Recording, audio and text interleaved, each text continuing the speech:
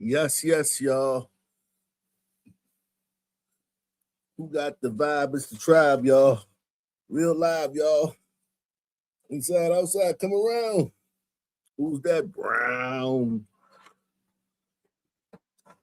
Here we go, yo. Here we go, yo.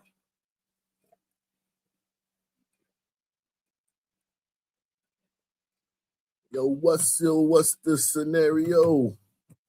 Yo, Bo knows this. Bo knows that. But Bo don't know Jack. Bo can't rap, so what do you know? The Did Dog is first up the bat.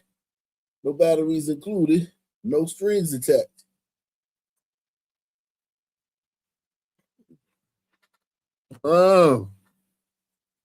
What's happening?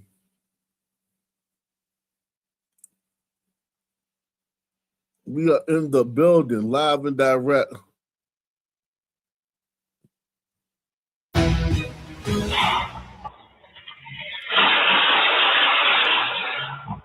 Breaking news at 5, Lee County deputies just made arrests after 4 people were shot along West 9th Street and Willard Avenue in Lehigh Acres. That was video where you could hear. Only place you're going to hear about this. Only place you're going to hear about this. You're not going to hear about this on any other channel.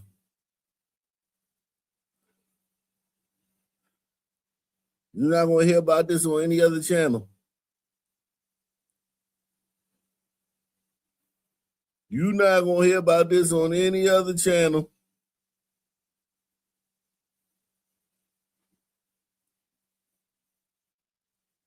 But here, we the only ones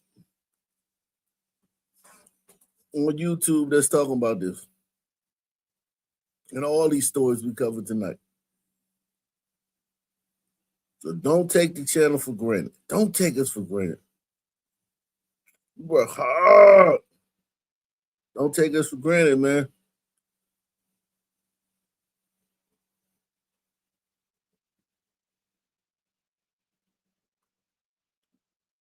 Don't do it.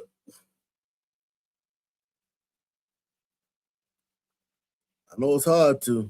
I know it's hard. Don't do it. Don't take us for granted.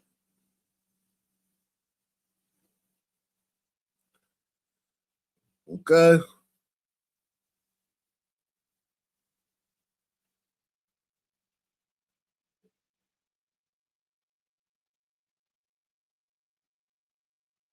You said Black Gen Z? Yeah, Black Gen Z, yeah. But he can't do it every night, though. I'm talking about every single night, 4 hours out of my day, bringing you guys the news every single night.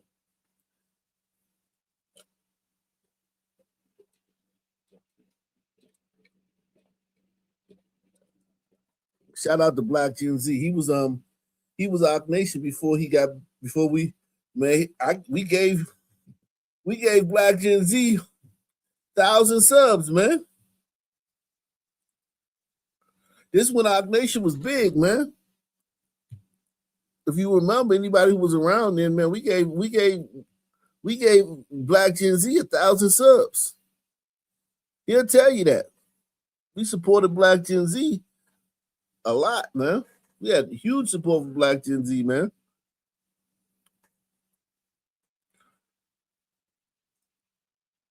He was already doing his thing, but he just didn't have any subs. He wasn't even monetized.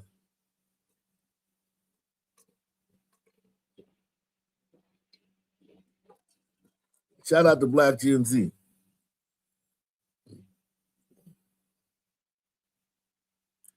I'm glad he's still doing his thing, man.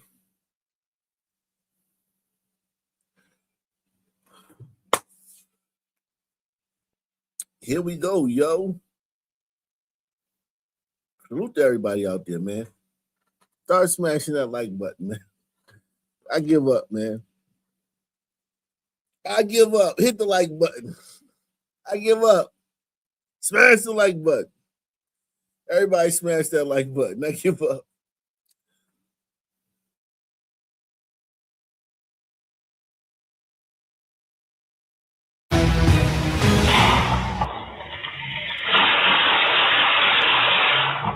Breaking news at 5, Lee County deputies just made arrests after 4 people were shot along West 9th Street and Willard Avenue in Lehigh Acres. That was video where you could hear the gunshots. Now, these 2 men, just 20 and 18 years old, they are behind bars a month after that shooting. We're covering the Gulf Coast live in Lehigh Acres, where reporter Madison Zaleski found out how a party turned into a shootout. Jared Williams and Desmond Garland. Them niggas straight out Central Casting, man. Is it like a factory where they make these niggas at, man? Is it a plant? The nigga plant? The YN plant? Jeez.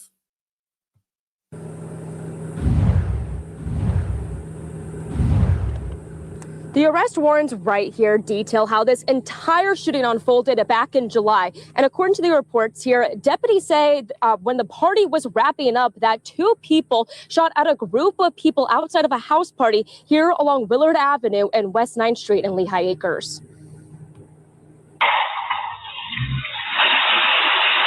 Take a look at this video. One of the shooters started firing at a crowd of people before running to a white Toyota where a second shooter was firing from the car. Back in July, we spoke with neighbors who heard the gunshots. The noise kept us up, so it was just basically watching TV. You know, we're just experiencing it all happening. This all started with a fight.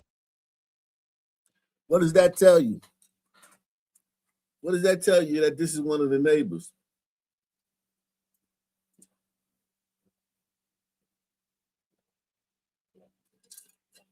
What does that tell you that those are one of the neighbors? I'll tell you what it tells you. This was an Airbnb. This was an Airbnb party. This is an Airbnb party. All those niggas live in the ghetto. Experiencing it all happening. This all started with a fight between 2 females at an Airbnb house party. The arrest report said security stopped one person with a gun from going in twice. Later, when that person was eventually allowed in, they were kicked out. Multiple people were at this event, and there was a beef between parties. Shots are flying in all directions. And again, 4 people hit. Shortly after the shooting, we even spoke with the mother of one of the shooting victims over the phone. It wasn't until 2 hours later, and when I finally got to see him, I was angry, I was hurt, I went through every emotion as a parent, just looking at my baby lying there helpless. On Wednesday, multiple agencies searched one suspect's home. That led to the arrest of 20-year-old Jared Williams and 18-year-old Desmond Garland. Both were charged with attempted second-degree murder. The sheriff said both suspects have long juvenile records. Between the both of them, both suspects had over 40 bookings. Over 40 bookings. Violent felons. The sheriff says this was all Been arrested 40 times as juveniles. Yikes. 40 bookings. Violent felons. The sheriff says this was all possible due to license plate readers and dozens of Crime Stopper tips. Now, the sheriff tells me this investigation is still ongoing, and the 4 people that were hurt in this shooting are still recovering. For now, covering the Gulf Coast live in Lehigh Acres, I'm Madison Zaleski with Gulf Coast News.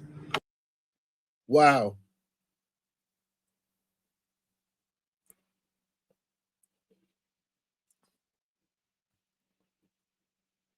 Now to the survey. Let me ask you something. Every day, he said Airbnb is the metro stop your neighborhood never voted for. That's hilarious.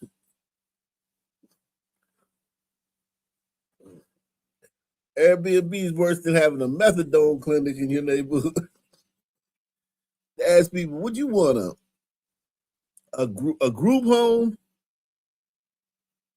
a methadone clinic, or Airbnb? I take the group home or the methadone clinic. Less violence.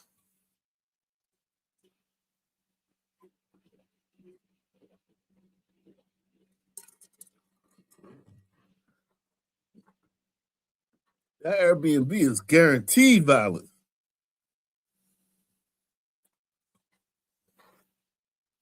Especially if we got a pool.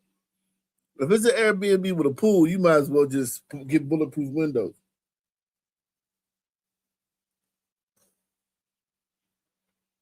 Facts. If there's an Airbnb with a pool in your neighborhood, get bulletproof windows. We in the building, man. We try to get 10 people to sponsor the show tonight. Can we get 10 people to sponsor the show tonight?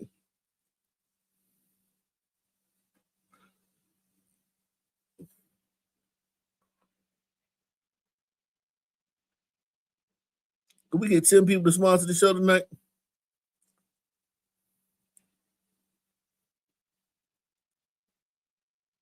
Huh?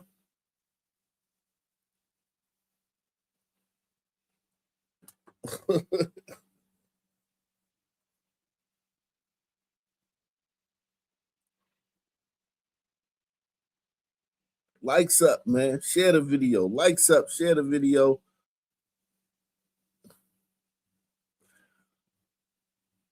You know what to do. You know what to do.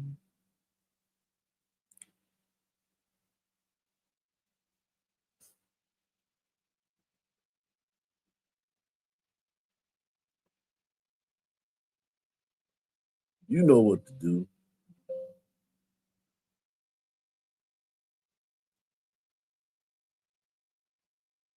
We're going to get the 2 school shootings. It was 2 school shootings. Just think about that, man. I want you to think about that. There were 2 school shootings in one day by blacks, and you didn't hear a peep about it. And we ain't even get into it yet because there's so much of a crowd. We waiting for everybody else.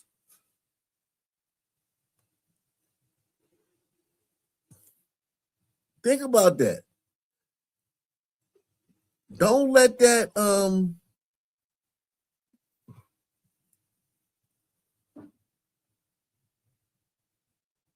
let that go over your head, man.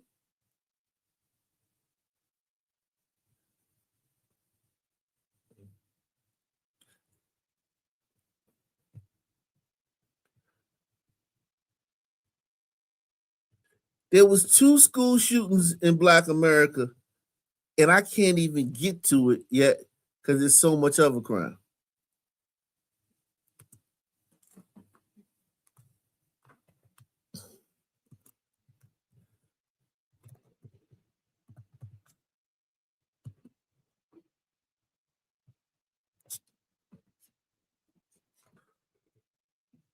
Think about that.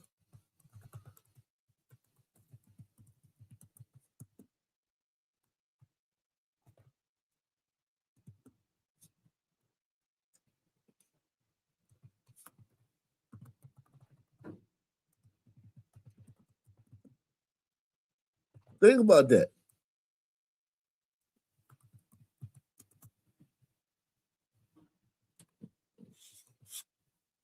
I want you to think about that. Put that in your pipe and smoke it.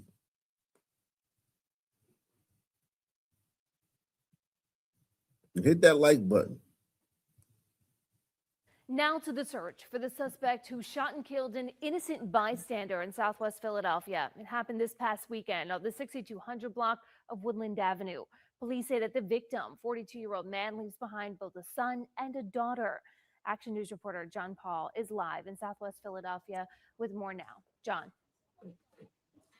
Yeah, Maggie, that family just devastated. They tell me that their father was loving, he was goofy at times. Now, where I'm standing, right outside of the 12th Police District, and this shooting actually happened 3 blocks down. Tonight, police are searching for the shooter. He was a great dad. Asia Clark just got back to Philadelphia after attending college in Ohio, but now she has more work to do. Plan a funeral for her father. For him to go out the way that he did is very unfortunate. He didn't deserve that. He's a father. He's a brother. He's loved by many. 42-year-old Emmanuel Oakman was shot and killed on Sunday here on the 6200 block of Woodland Avenue. Police say he was shot multiple times around 7 in the morning and died later that afternoon. Police confirmed for us that he was an innocent bystander, apparently caught in the middle of gunfire. I was told by my family members that he was caught in a crossfire based off of where he was shot at, which was his back. He was trying to flee whoever was shooting. And tonight, police are searching for the shooter responsible for taking the dad away from his children. Clark says she's trying to stay composed and focus on planning a funeral, but has a message for her father's killer. I hope at some point you learn, but most importantly, I hope that you're off the streets so you put no one else at risk again. As you can imagine, it's got to be tough for a 23-year-old to plan a funeral for her father. She started a GoFundMe page. We do have a link to that at 6abc.com. In the meantime, if you have any information, contact police. Live tonight in Southwest Philadelphia. John Paul, Channel 6 Action News. Maggie. All right, John, thanks for Damn.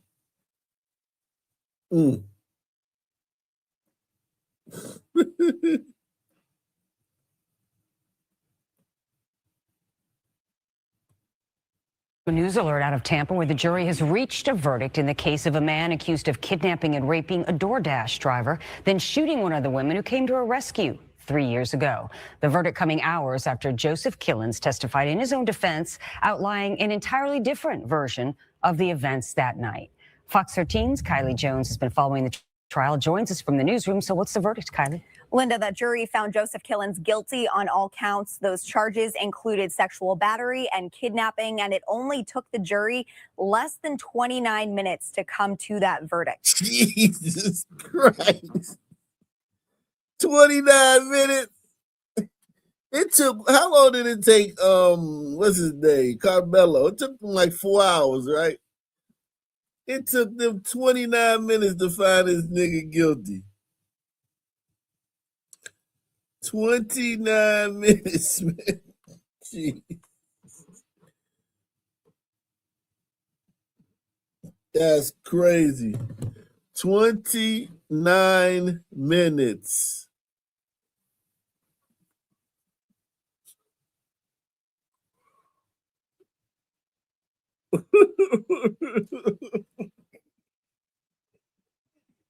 That's fast. I ain't even gonna lie. I never heard of one that fast. That's a record. You got the strangest record ever. Record for the fastest jury.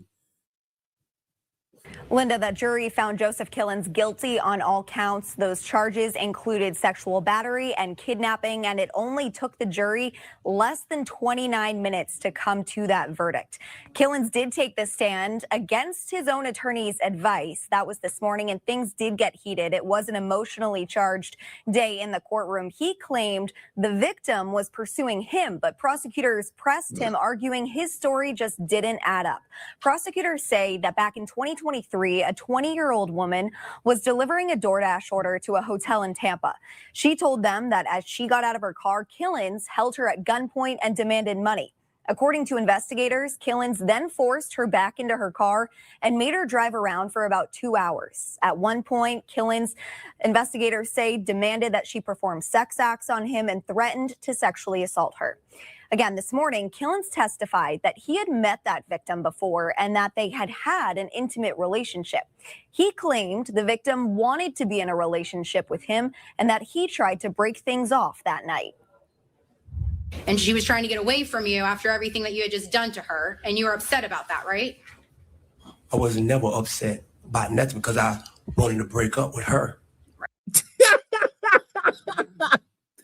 Jailhouse. You can tell this old jail nigga. That shit work in the jailhouse. That shit don't. Maybe that shit could work around real people, regular people. That shit could work. Let me check. Let me check that. That shit work all the time around regular people. Right. At no time was I upset. Okay. Now you actually, I believe on direct examination, said you shot back. I never said nothing like that. The victim's girlfriend has testified that she was on the phone with the victim at the beginning of the alleged attack until that call eventually disconnected. The girlfriend and her sister tracked the victim's phone to the parking lot of an apartment complex, and she said that as they tried to rescue the victim and escape, Killens shot at them, but Killens claimed it was the other way around. As the state pushed back on his story today, though, he got agitated. I didn't force that girl to do nothing. I didn't put no gun point at this girl. I didn't kidnap nobody. And that verdict was read just a couple minutes ago. As that was happening, Killens had to be restrained by multiple deputies. The jury was then removed, and then Killens started yelling about the verdict. He was quickly escorted out, but he does still need to be sentenced. So, Linda, we'll keep you updated online. All right. Kylie, crime that made headlines in the Bay Area 3 years ago. And now a Tampa man is standing trial accused of kidnapping and raping a DoorDash driver and shooting. Back into her car that night, she was on the phone with her girlfriend until the call eventually disconnected. But prosecutors say the girlfriend and her sister were able to track that victim's phone, alert police, and eventually find her and Killens at the Valera Lakes apartment complex in Tampa. As they tried to rescue the victim and drive away, they say Killens shot at the three of them, hitting one of those women, but she did survive. And we have video right now coming from just a couple minutes ago in the courtroom. The jury was dismissed for the day. The trial wrapped for the day, but Killens was seen appearing to have some sort of outburst in the courtroom. He was seen what we think was yelling at the judge. They had exchanged words throughout the day. She had to have some conversations about him, with him about his behavior and make sure that he behaved himself in the courtroom. But the trial is expected to continue, Linda, tomorrow. All right.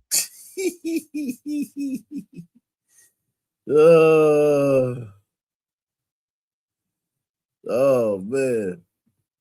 Can we get 10 people to sponsor the show tonight? 10 people to sponsor the show tonight, man. If you haven't sponsored the show in a while, tonight's a good night to take their challenge, take the pledge, man. Sponsor the show tonight, man. Put 20 on it, man. Let's see if we get 10 people to put 20 on it, man. Let's see if we get 10 people to put 20 on it. I'm bringing you these news every night, man. These stories are the Sun Man is keeping up with the Sun Man is a full-time job, man. I gotta keeping up with the Sun Man is a full-time job, man.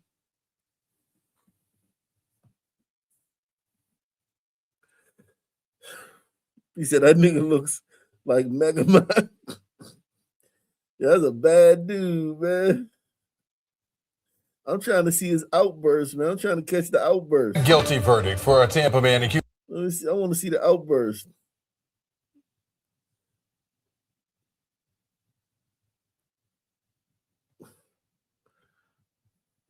Attack after he ended their relationship, then asked him to keep riding with her when he fell asleep.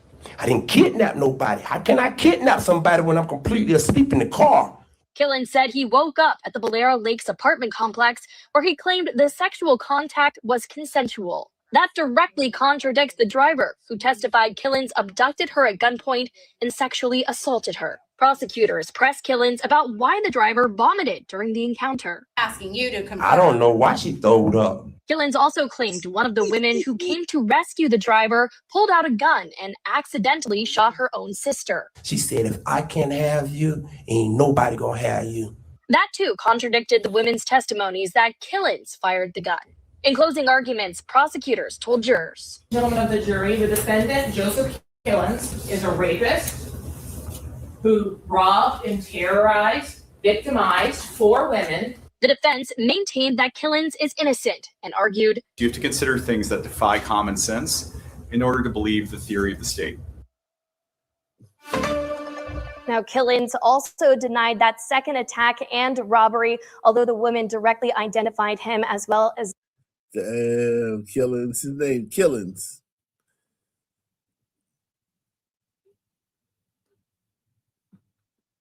Oh, they executed the man today? That's rare. Tennessee? This is WSMB. Let's see if this was a brother or a white guy. We didn't hear nothing about it. We didn't hear no whining about this. See, this probably is a white guy. We didn't hear no Anthony Darrell Hines. Now that's a brother. That's crazy. How come the pro-blacks wasn't complaining, man? They usually whine every time A black dude is on death row, about to get killed, about to get executed. Tennessee.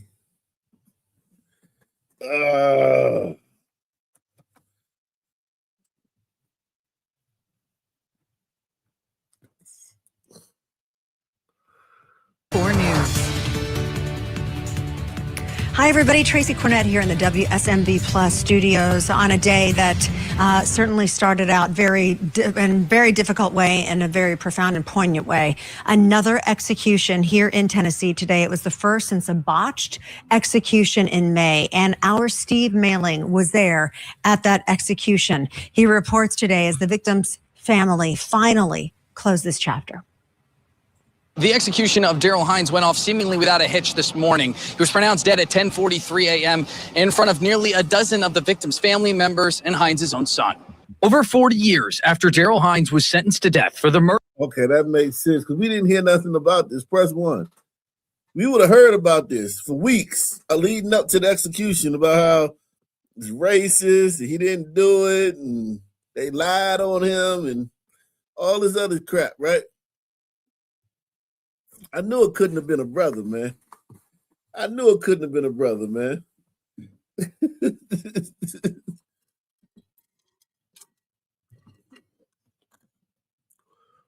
Murder of a Kingston Springs mother. The state of Tennessee finally carried out that sentence Thursday morning. Catherine Jenkins' son Dennis says his family is grateful the governor did not step in to stop the execution. Yes, I hope he did suffer. I hope he felt severe pain, because what he did to my mother is nothing what he may have just gone through. This execution came under intense scrutiny, not only because Hines was left disabled after 2 strokes, but also after the botched execution of Tony Carruthers back in May. The leaders of this state repeatedly invoked the sanctity of life. Hines was convicted in 1985 of assaulting, robbing, and killing. 85, god damn. It took 40 years to kill the motherfucker. It took them 40 years. That's not the death penalty. Press 1.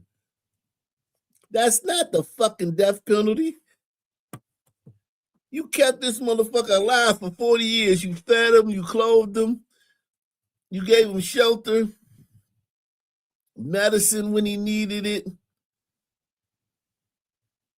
companionship, company, recreation for 40 fucking years.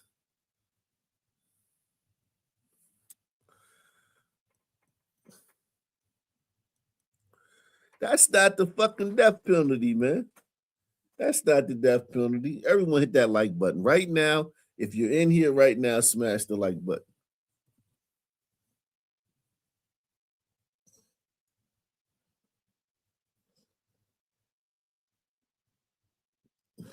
Yeah, give him companionship. Gay for the state, man. Plus, you got friends, and your companionship is not always sex. He should have been in a fucking 4x4 cell, a dungeon somewhere, waiting for his execution. He just been in general well, he probably been on death row. He might have been on death row. But yeah, 40 years? That's bananas. 40 years.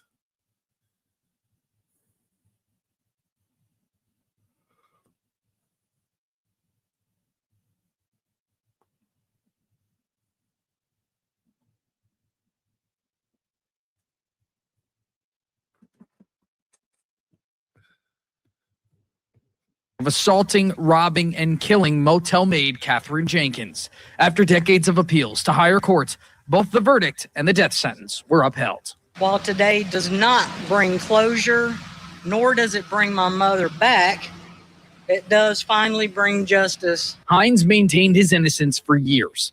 His attorney, Catherine Dix, says he never stopped claiming he was wrongfully convicted and argues the death penalty itself is inhumane. What we witnessed today is not normal. Shut up, bitch.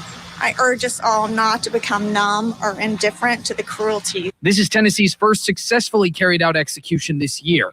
The next is set for September 30th, when the state plans to execute its only female death row inmate, Krista Pike. Steve Mailing, WSMV4. Hey, Krista. And to give you more information on Krista Pike, a story that, if you're curious, you're going to want to look up. The details are hellacious, to say the least. Krista Pike, the next person scheduled to be executed, the only woman, as Steve Mailing just said, on death row here in Tennessee. She was convicted for killing Colleen Slemmer. And as I show you this video here, that was in Knoxville back in 1995. She is scheduled to die by lethal injection on September 30th. Her attorneys are fighting to stop it from happening, and they say that she has a blood condition that could cause issues during the execution. A 3-day hearing wrapped up today in Knoxville. A special master will submit a report to the state Supreme Court next week. And during that hearing, they were talking about how she was under 18 when she was under the influence of what she says is her boyfriend, who was a Satanist, and the horrific things that ensued as a result were awful.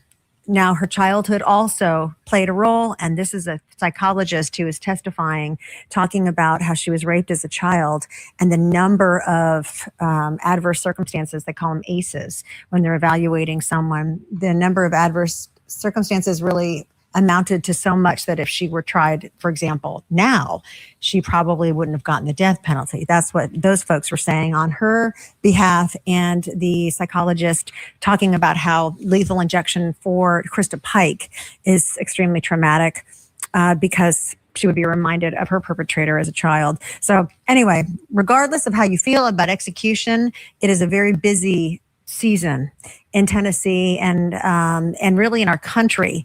Oklahoma also executed a man by lethal injection today.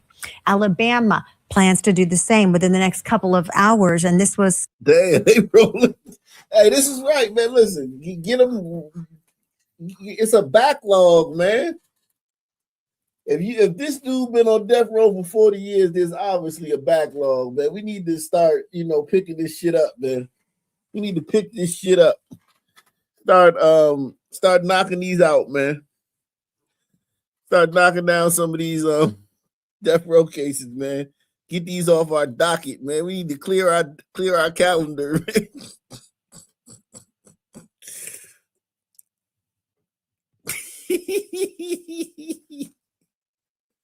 We're looking for 10 people to sponsor the show tonight. No one sponsored the show tonight. Do y'all not love the channel? Do y'all not fuck with the channel? No new people, no people that don't usually sponsor the show want to sponsor the show. Nobody wants to sponsor the show tonight, huh?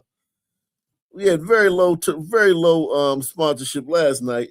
We need 10 people to sponsor the show today, man. 10 people sponsor the show. Take the challenge, man. Take the pledge. Put something on it. Let's see.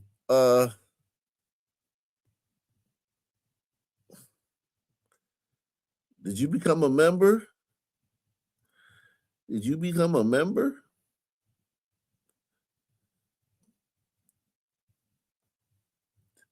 Shout out to my man. Alexander Barron, man. He hit the super chat on OckNationNews.com. Appreciate you doing that, man. Appreciate you hitting the super chat, man.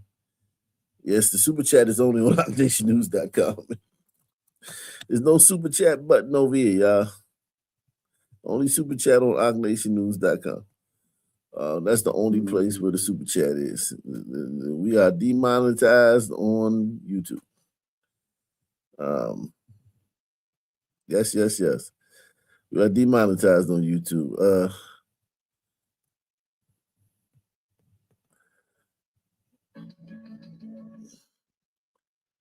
Yes. Salute to Deluxe 247, aka Calrick, aka the real MVP, coming through once again. Shout out to my man Deluxe in the building.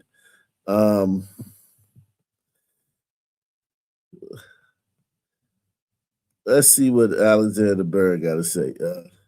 He had the super chat on the website, and you can go, you guys, if you want to support the channel, and you don't have PayPal, you don't have Cash App, you can just hit the link to the channel, to the website, and you can hit the super chat over there.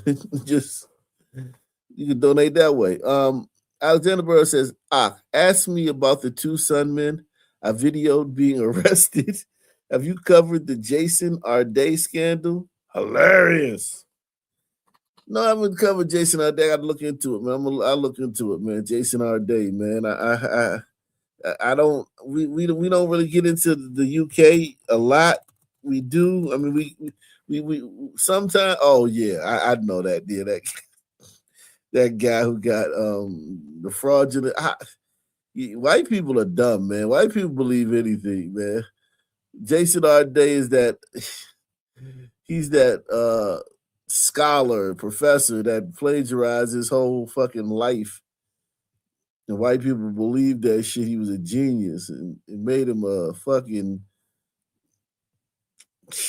White people stupid, man. White people are dumb. Listen, we're gonna get into the. If you came here for the school shootings, we're gonna get into that soon. It's just very hard to get to the school shootings, man. It's very hard to get to the school shootings, yo. Because it's like so many fucking crimes in Black America, man. Okay? There's so many crimes in Black America. As you heard, we start with breaking And news tonight. listen, it's not even like Black America. These are just Americans. All the crime in America is done by Blacks. Let me put it like that. All the crime in America is done by Blacks. It's not even Black Americans. It's just the crime problem in America is a Black problem.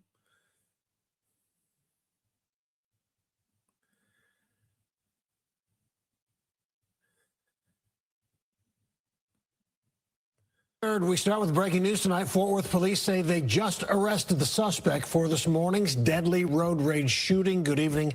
I'm Steve Eager. It's 9 o'clock. Family says an Everman ISD teacher's aide was the woman killed in that shooting. Police say it happened on Interstate 20 near the Hewlin Mall.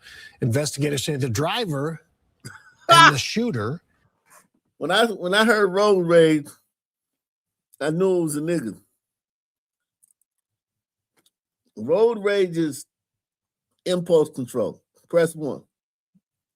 Road rage is impulse control. That's why a lot of times you'll see Blacks be the shooters in road rage. Now we got a lot of whites do it too. But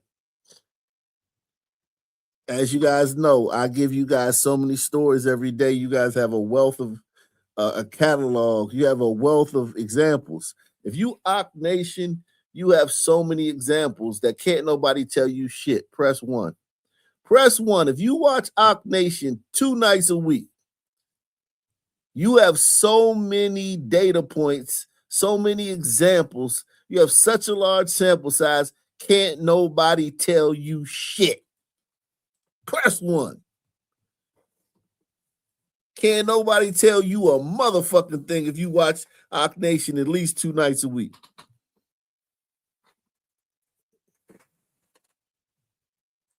Can't nobody tell you a motherfucking thing about what's going on.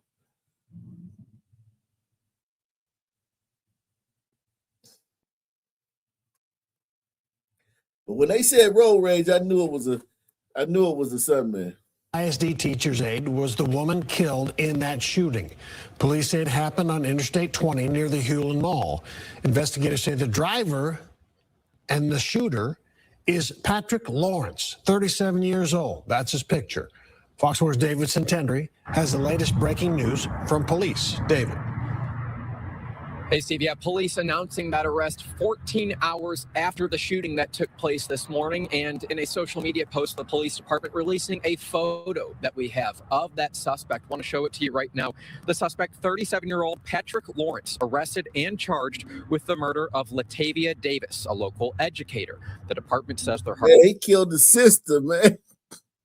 He shot a sister, man. What the fuck, man? You killed the sister, bro. Latavia Davis, man. That nigga killed the sister. Hearts go out to her family and loved ones. In a social media post to the app X, Fort Worth PD says its real-time crime center and surveillance team was involved in the investigation. That usually involves flock and security cameras. You can tell police really wanted to get this info out as soon as possible because it's somewhat rare for the department to share a photo of a suspect in handcuffs, especially before that suspect is even booked into jail. I-20 near Granbury Road shut down Thursday morning while Fort Worth Police Department investigates a deadly road rage shooting. Upon arrival, officers located an adult female with a gunshot wound. Sky 4 video appears to show police collecting evidence from the victim's car. Ground video appears to show a bullet hole on the bottom of the front passenger seat window. After speaking to witnesses, officers learned that the victim and the suspect were traveling near this location, eastbound. Police call it road rage. The suspect reportedly pulling up to the victim, firing multiple shots. The woman was struck and killed. Her family identifies her as Latavia Davis, a teacher's aide for Everman ISD. The school district's website says she worked at E. Ray Elementary School. Latavia Davis, man. Y'all want to see a picture of Latavia, man? Let's see Latavia Davis, man. Where she at, man? Here she go. Latavia, man. She was a young girl, man. A youngin'. A youngin'. Latavia. Got into it with this guy. This guy murked her. This guy just wet. He said, fuck that shit. I ain't arguing with you, bitch. Ow! Kill your ass. They're going to prison for killing a bitch he ain't even know. Yeah. Think about all the shit this nigga put up out of bitches he knew. Look at this nigga, man. He a nigga. He done fucked a few scars or two, you know what I'm saying? He done had a fucking couple bitches in his life. Think about all the shit he put up out of them bitches. Think about how many times he wanted to kill a bitch during an argument or after a bitch did some crazy shit or some shady shit. Think about how many times he did that. And this nigga ended up going to jail for killing a bitch he didn't know.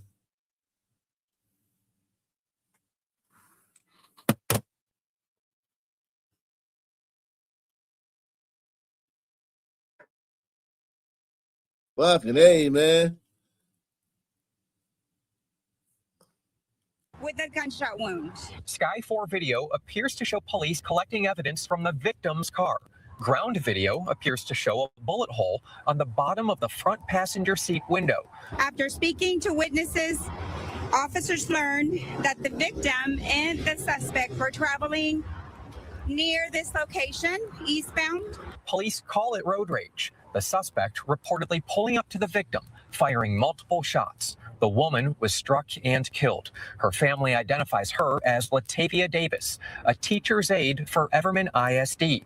The school district's website says she worked at E. Ray Elementary School. I had no idea that the young lady that came here was the victim. Lee Diaz first heard about the shooting Thursday morning, but not until speaking with us did he learn it involved an educator of the school across the street from his home. I was in shock. Diaz, like many others, believes road rage is becoming all too common and says he's had to remind his kids to do whatever they can to avoid it. Best thing to do, ignore it. It can't be that big of a deal.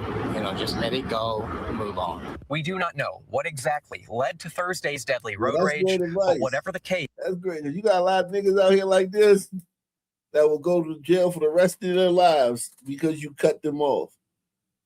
Or because, I don't know, something petty, some shit, anything. You driving too slow in the fast lane, nigga pull up beside you and kill you and go to prison for the rest of his life.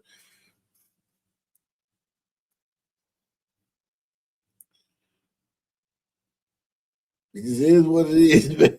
Listen, I did not make it like that. Nigga, you can be mad about it all you want. I did not make it like that. I'm not making these niggas make these decisions. Do I understand it? Yeah, I'm a nigga. I understand these decisions. Niggas make decisions. Niggas are prisoners of the moment. That term, prisoner of the moment, was made for sons, man. We are the true prisoners of the moment. I mean, we are shackled by the moment. Sons are goddamn shackled by the moment.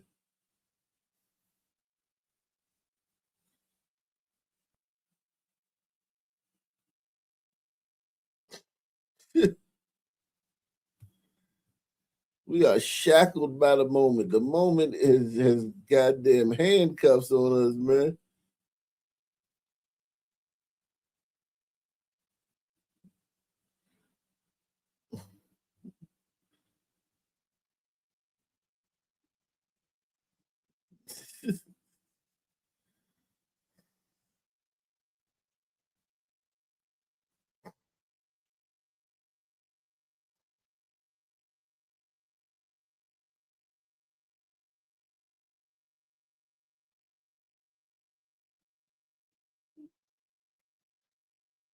Oh, man, I tell you.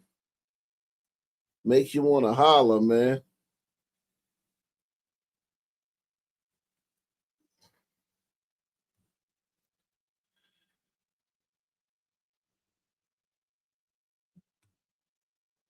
Well, the man accused in the brutal beating of his girlfriend's 2-year-old daughter is in jail this morning. He is held on a $1 million bond. That little girl is now on life support, fighting for her life. And prosecutors say what happens next in her condition could really change the case against him. And that is where we find KPRC2 News reporter Ricky Munoz. And Ricky, the details about what happened to this little girl are so sad and so tragic. Tell us about it. Yeah, Danny, it is sad and it is very tragic. Investigators say that this little girl has been hurt several times. And to your point, if she does not make it, because she is on life support, charges for this man that is accused might change. Now, I want to break the timeline down for you. If you guys don't know about the story, take a look at your screen. This all goes back to August 1st. Now, investigators say Gonzalez hit the 2-year-old in the head several times. Now, they do believe that that's when she suffered a skull fracture. You know how hard it is to fracture a skull? My son, right? We playing on the bed. This happened with my daughter, too, when she was little. And I mean, when I say we banged heads so fucking hard, I almost was unconscious. You know how little baby heads are hard, man. Little toddler heads are hard as rocks. My son, man, I was almost out. I was woozy when I banged heads with my son. We be playing on the bed and shit, and then boom, oh shit. You know how hard it is to fucking fracture a baby's a 2-year-old skull? The force you gotta hit them with to crack their skull? Jesus Christ.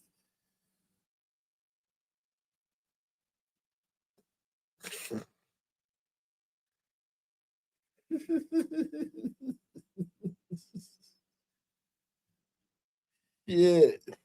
Mother told investigators she saw the injuries. She also says Gonzalez admitted to hitting her daughter, but the little girl never went to the hospital. In fact, she also told investigators that records say her mother said that she did not want, or she knew that Gonzalez would go to jail. Then 5 days later, investigators say it happened all over again. And this time prosecutors say Gonzalez stomped on the 2-year-old. They say she was left with a lacerated liver and a broken pelvis. Eventually, the little girl. How hard you gotta hit somebody to break their pelvis?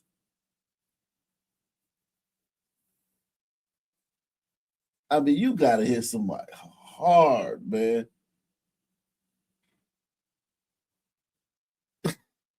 You gotta hit somebody hard, man. I don't give a fuck how old they are.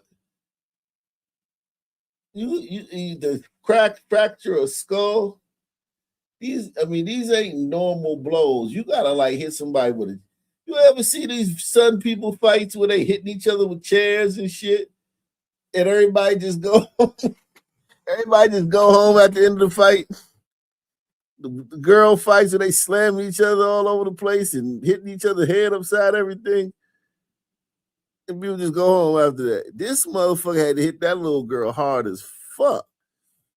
The fracture her skull and break her pelvis. These are some serious. This motherfucker was delivering some serious blows, man.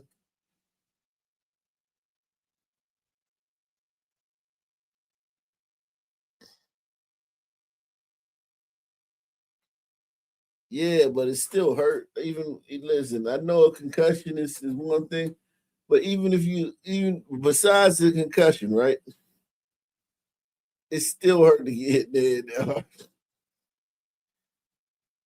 It still hurt to get hit in the head, even if you don't get a concussion. Just getting hit in the head, like playing sports, getting hit in the head, that shit hurt. But your skull is hard. We all have hard skulls. Became unresponsive. That's when investigators say Gonzalez and her mother left the spring home to get her to a hospital, but they never made it there on their own. They spotted deputy constables at a gas station in Cypresswood, stopped for help, and the 2-year-old was flown to the hospital. Now, a judge set the bond at $1 million, and prosecutors revealed something else. They say this is not the first time this incident is involving this child with this family. And with this little girl now on life support, prosecutors say those responsible will be held accountable. As parents, we have been given and entrusted to raise them up and to protect them, provide for them, and love them. And so certainly when someone does not do that, we hold them accountable to the fullest extent of the law.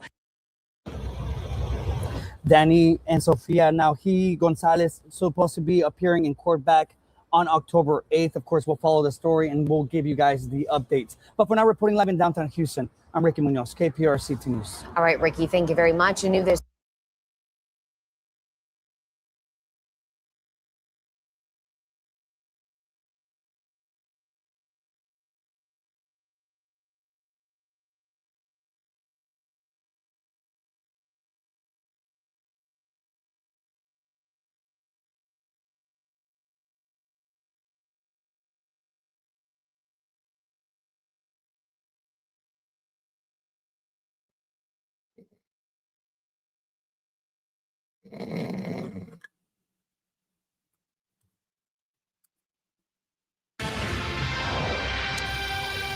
The leader of a drug trafficking organization who was granted clemency by former President Joe Biden is once again wanted by federal. After this, we doing the school shooting. After this, you know what? Matter of fact, let's do the school shooting now. Let's do. Holy shit! We'll do the school shooting after this one. JSO arrested these two people for child neglect after investigators say they kept 4 kids in the cab of a semi-truck since 2019. Keisha Epps and her fiance. She got a fiance. Hey, ladies out there, man. Ladies, this woman got a fiance, man, that's willing to commit crimes and go to prison for her, man. What are you doing wrong? What are you doing wrong? Ladies, what are you doing wrong?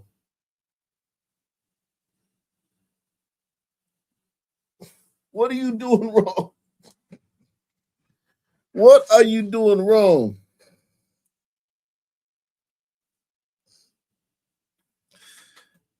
It gotta be something, man. Maybe you got too much mouth. Maybe not enough mouth in other areas. Something has gone wrong, man. This woman has a fiance.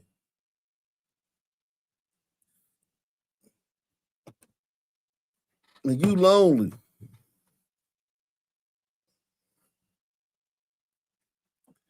You lonely and she got a fiance. Salute to everybody, man. We need 10 people to take the. We're looking for 10 people to sponsor the show tonight.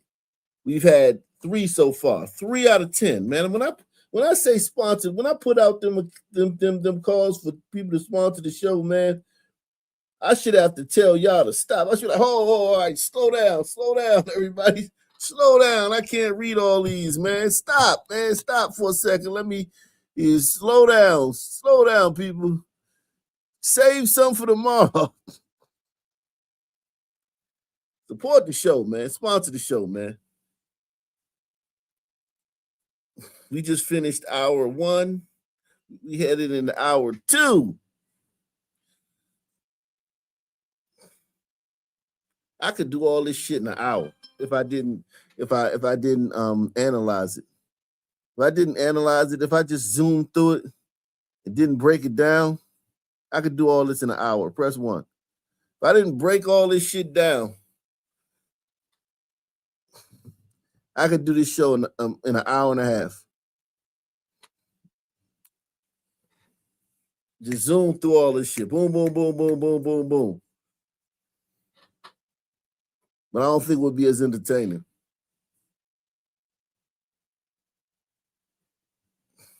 You say you do it better by never bringing it up. That's not true, Rundaz. That's not true. Rundaz, I'm me. I'm the one who does the show. Don't you think I know what needs to be done? I've done. Listen, man. Listen, Rundaz. I just want you to know, Rundaz, just on this channel, not on the other channel, just this one. Just this one, okay? Just on this channel. Not on any other channel, on this channel. Okay? Just on this channel. Not the Ock Nation TV channel, not Ock Nation Red Zone, not Black Columbo channel. Just on this channel.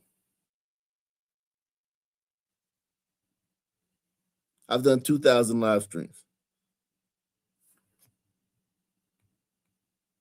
Okay? 2,000 just on this channel.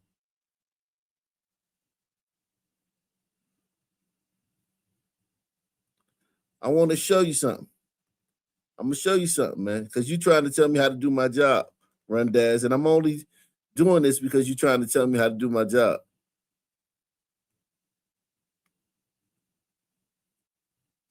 I want you to look at this. Right here. This is the live stream page. This is all the live streams I've done, right?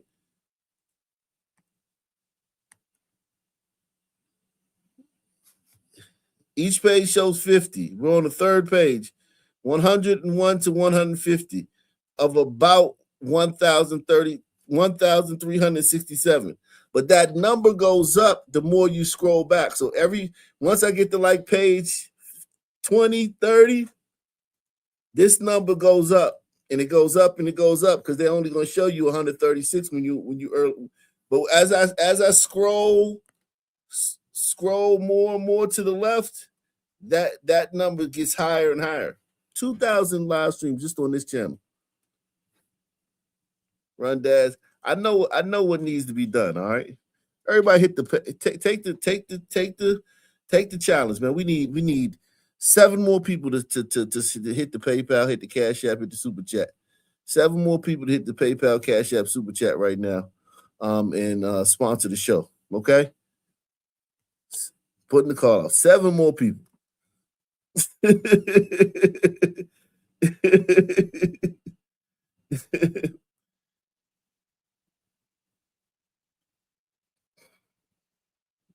Yeah, YouTube removing super chat, but listen, it don't matter about that. We got the super chat on Ock Nation Live, man. Listen, if you really wanted to support the channel, nothing could stop you. I'm gonna tell you right now. If you wanted to support the channel, you'll send a pigeon, a courier pigeon. Press 1.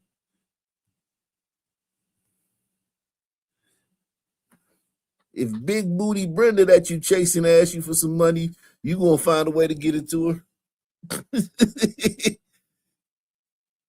Can I borrow $40? You be in another country. You'll wire that shit. You'll send your homie over there. Hey man, can you do me a favor? I'm out of town, man. Can you go take Big Booty Brenda $40? I'll pay you back when I get back in town. Stop it, man. We ain't trying to hear that. If you wanted to support the channel, you could. Nothing could stop you.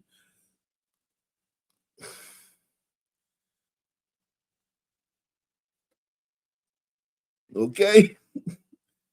You gotta remember who you talking to, man. You talking to the sun man of all sun men, man. You can't tell me nothing, man. If you wanted to, you would. Muslim with super chats. The super chats messed up. No, ain't nothing messed up, nothing.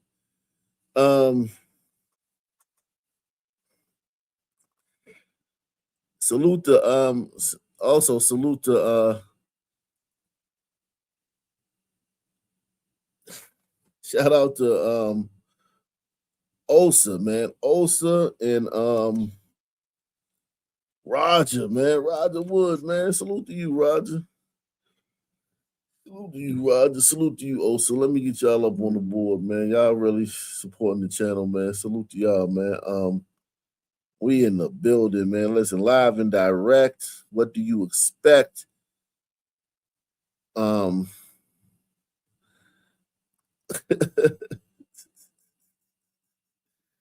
me get these up here. Let me get these up here. Live and direct. What do you expect? Coming at your neck.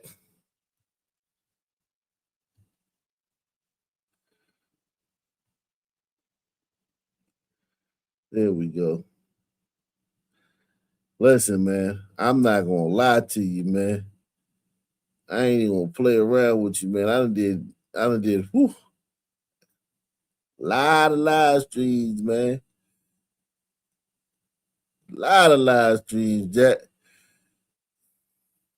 Okay. All right. I'm a live stream demon, man. I done put that work in, man. I done put that work in, man.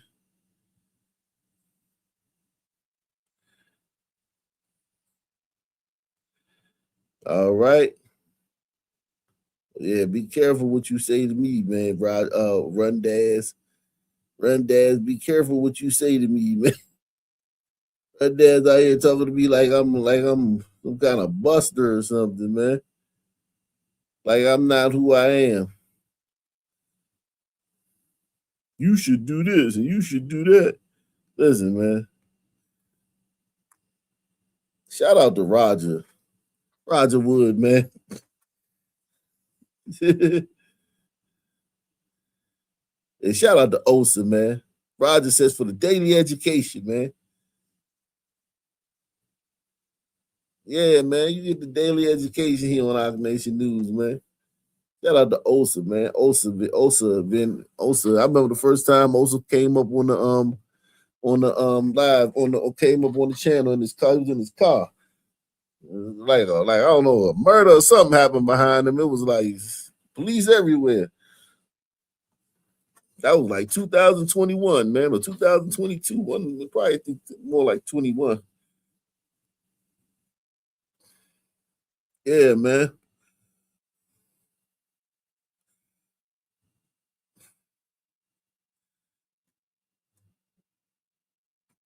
He said setting a limit to daily donations is silly. Am I setting a limit? I said we need 10. I didn't say only 10. I didn't say stop at 10. I didn't say stop at 10. I didn't say, hey, man, if you the 11th person, man, you get turned away. Nah, man, I'm not saying that. I'm saying we need at least 10 people to sponsor the show. If 40 people want to sponsor the show, you think I'm going to turn them away? You stupid, man. I'm saying we need at least 10. Are you stupid, man?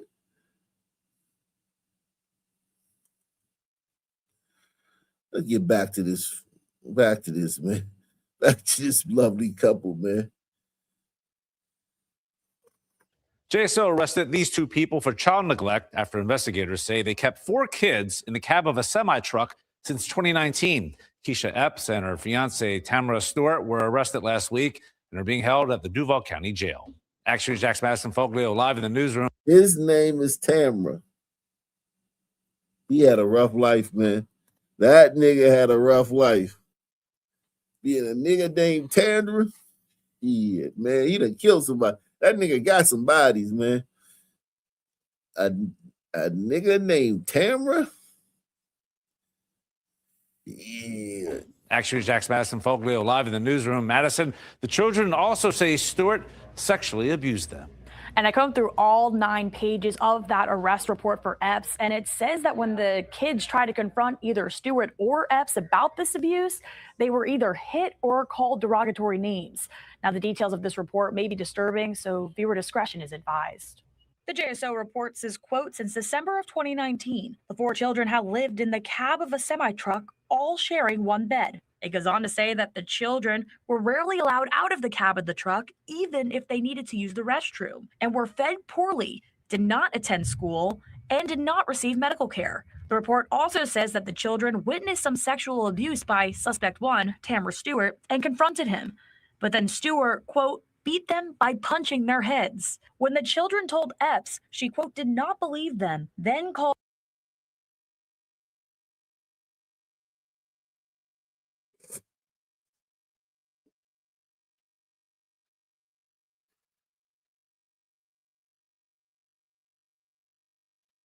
Are they her children? Who are these children?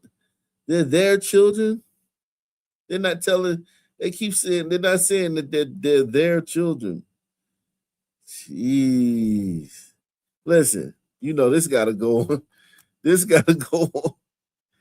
Yeah, this got to go on, this got to go on the, fuck that.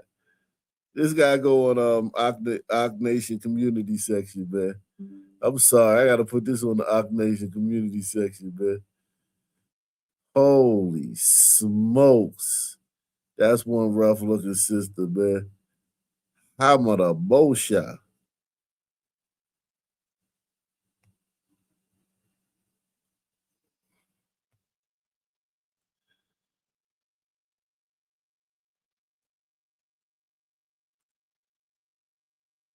Jeez. That's one rough looking sister right there, Jack. Woo.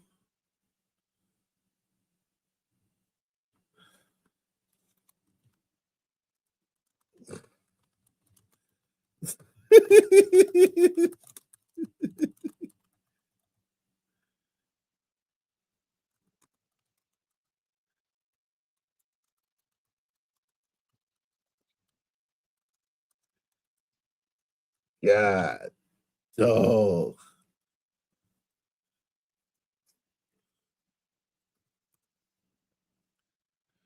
Yeah, that's on the Ock Nation. And if you guys don't know, we have Ock Nation community section.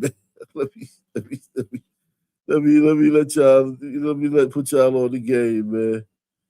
We got the Ock Nation community section, man.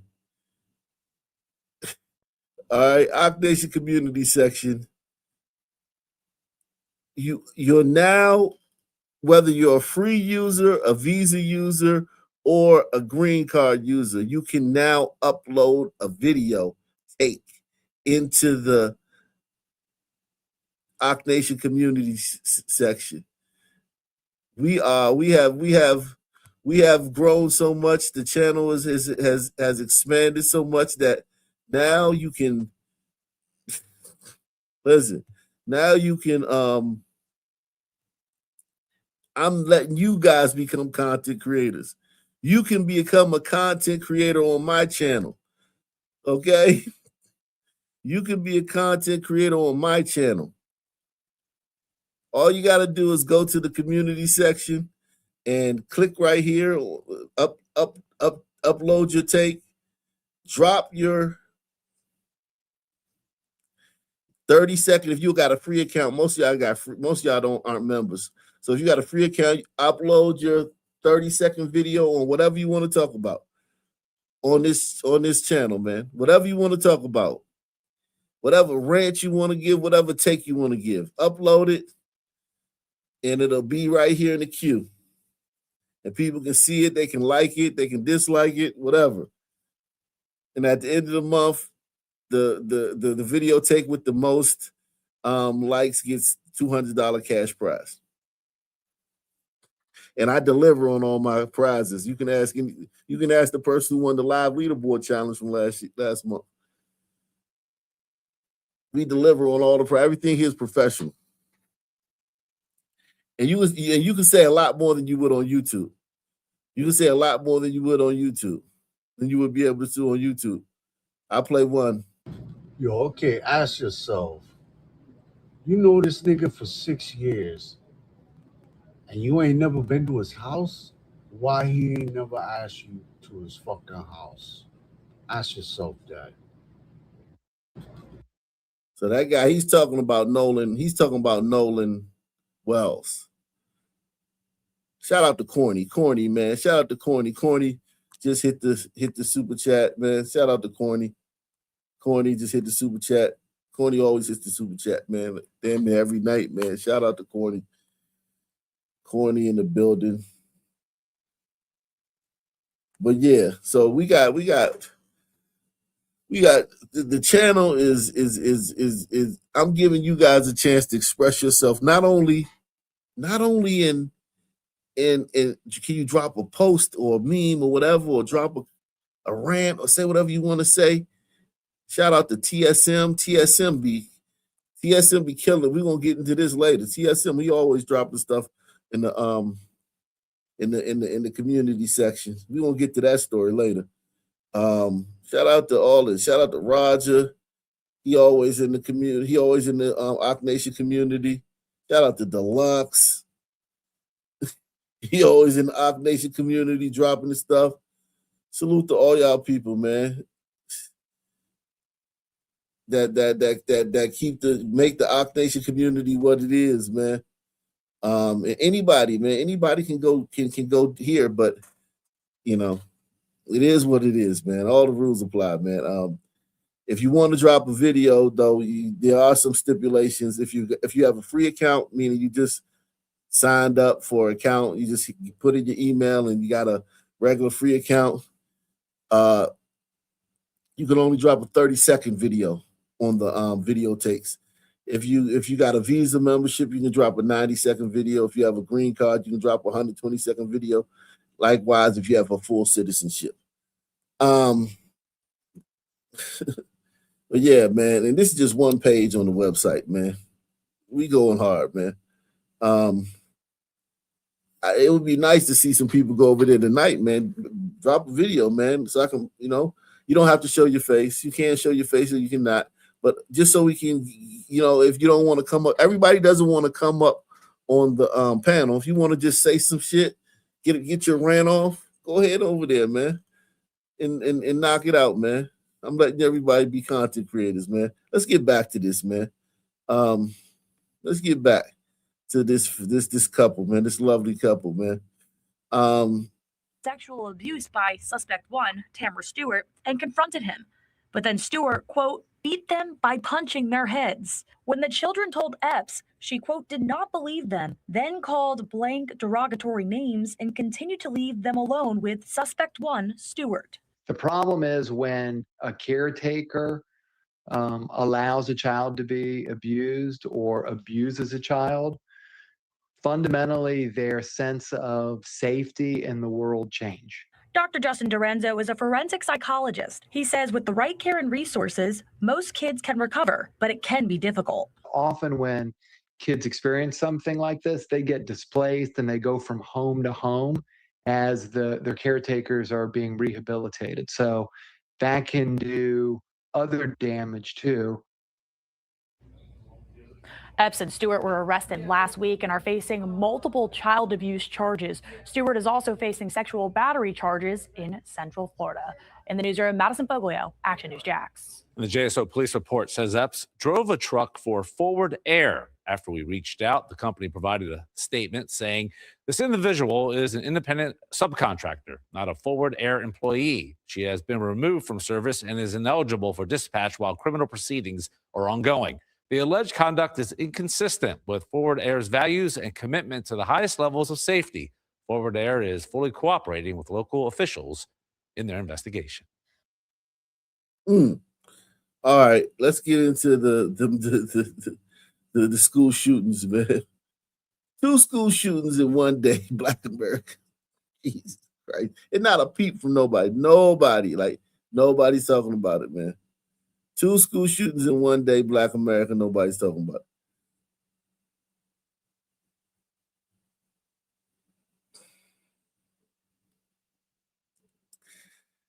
Let's do this one first. We are getting some breaking news into the newsroom right now. We want to switch to, so the 14-year-old suspect accused of opening fire on inside Warner Robins High School yesterday is appearing before a judge for the first time right now. Let's listen together. Have a lawyer. And as I've explained, if you can't afford to hire a lawyer, the court will appoint one for you. Okay? It sounds like your mama is on that. But if you want an independent attorney, you have to fill out an affidavit, or your mom, you can notify the court or your law enforcement about. Using the front mic of those cameras that are inside the courtroom. But let me walk you through what I did hear and what I understood from that Houston County judge. So she mentioned a grand jury. So it does sound like this is going to obviously have to go to a grand jury, which is typical in situations like this. They'll ultimately decide. Bond was denied in this case, but it might be based off the charges. So there's going to be another hearing, a bond hearing. That's a whole African. She might as well be from fucking Uganda. Press 1. That's a whole motherfucker African bitch, man. Bitch, you African.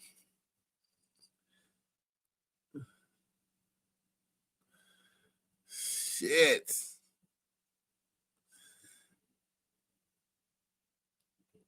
Specifically to take up the discussion of bond for this 14-year-old suspect. And at that point, it will be decided whether whether he'll be able to be released. So we know all of this unfolded yesterday, a shooting inside of Warner Robins High School. Let me just walk you through what we know. You can see people are now filing out of the courtroom.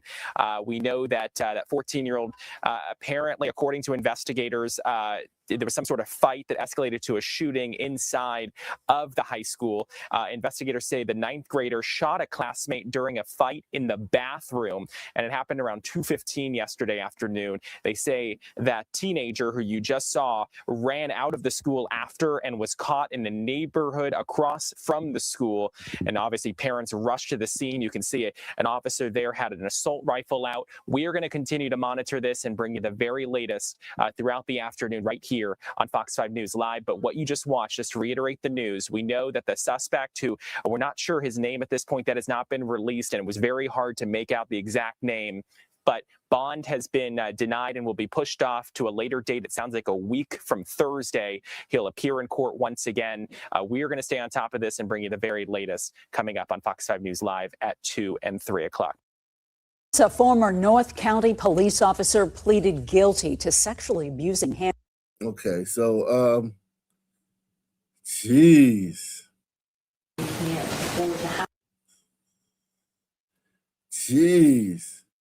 Warner Robins. Let's see if we can find out some more about this one, man. Warner Robins, man. Jesus Christ.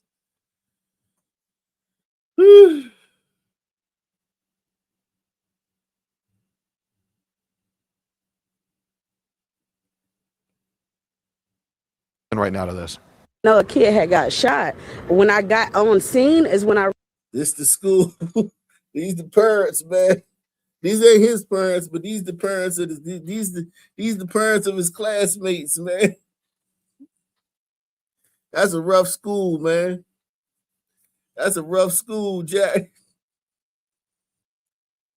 When the parents look like this, boy, the test scores. Woo. I hate to see them test scores, man. God damn. I would hate to see them test scores. Shout out to Run Dad. Run Dad says, When you ask for 10 donations, it sets a limit to the viewers' minds to 10. When you leave it open and ask for donations, it opens you up to infinite donations. Who believes that? Who believes what he's saying is true? Because literally nobody donated until I said so. I didn't start saying nothing until an hour into the show. Nobody donated. I don't know, Rundaz, man. Maybe you know more than me, man. I've only done 2,000 live streams on this channel and another, couple thousand on another channel.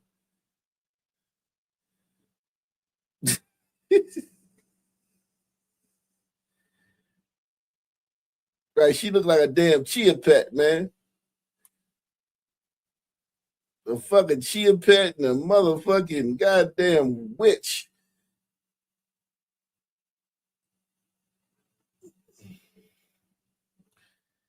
Jeez.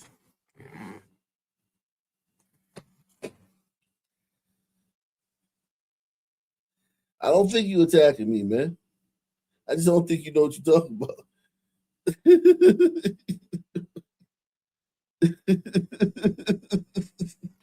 I don't think you attacking me. I just think you wrong, man. Realized people was telling me that a little boy had got shot. And I was really concerned because I thought it was my child. All I got was it's a code red, the school shut down. Like, it was just heart throbbing to me, and I was scared because, like, what if that was my child laying down in there and ain't nobody called me and said nothing? I was like, it's traumatizing. Look at that nigga, man. That big old fucking 6 foot nigga, muscular nigga, got this little fat, and you know them kids ain't his. You know this kid ain't here. He the new boyfriend, man. He probably been with her about 5 years. Maybe he been with her. He been home since he came home from prison. You know he went to prison. So since he been home from prison, she probably ain't even asked him what he was locked up for or nothing. Or probably she asked him, and whatever he said, she just took it. This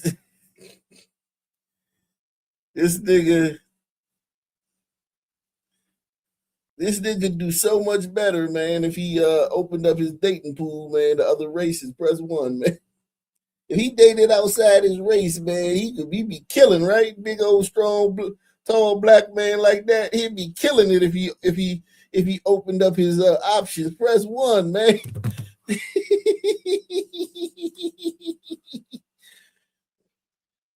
Unfortunately, man, I don't think she got any other options, man. I think she's stuck, man. Her options are limited, man.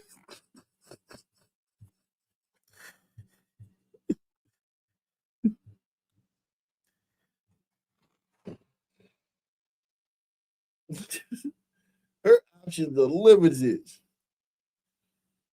He probably already got the daughter. The daughter, man, the daughter, man, she been.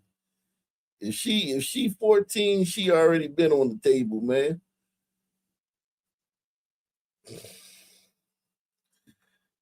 I don't know. I'm just assuming that if he's not the dad, man.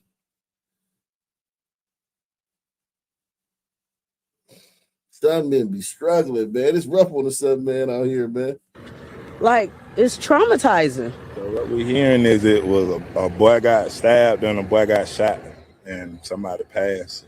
Well, we do know that 2 people are injured after the school did go into lockdown. We do know 1 person is in custody at this time, but we're still having to verify the information about exactly what those injuries are at this time.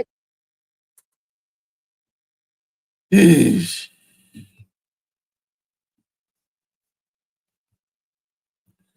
Warner Robins, man. 6:02 on the clock this morning. First up, Warner Robins High School is closed until Monday after a shooting yesterday afternoon. Our education reporter Sarah Grosh is now live outside the school with the latest on the investigation and the support now available for students and staff. Sarah, good morning. Yeah, investigators say that two students were in an argument in the high school bathroom when one shot the other. The victim went to the hospital with non-life-threatening injuries, and a 14-year-old student is now in custody. Teachers will return tomorrow, but no students will return until Monday, and there will be no virtual learning. The district says it wants students to have time at home to process what happened, heal, and support one another. Counselors will be available Friday and Monday. Parents Crystal Weldon and Tyler Adams say they're shaken by the shooting and are even considering homeschooling. My daughter had called me and told me what was going on. And I know she was scared because she was whispering. She said they all locked in class. Just how are they going to prevent this in the future? That's all I want to know as a parent. Are we looking into homeschooling after the day? Oh, Lord, that's worse, man. Brother, man, you ain't homeschooling, man. Listen, this is the thing about everybody talk about homeschooling, right? We thought about that, me and my wife, right? But my wife, she got a career, and I got a career. We was talking big shit. Yeah, we gonna homeschool. Until the rubber met the road, man. When the rubber met the road, we was like, oh shit. Because here's the thing, people don't understand. Homeschool ain't just, oh yeah. We're gonna teach you. You got a curriculum. Your kid got to take a test at the end of the year. The state give you a curriculum. It ain't just we just gonna wing it. Nah, the state give you a curriculum, and your kid got to take a test at the end of the year to see what they know.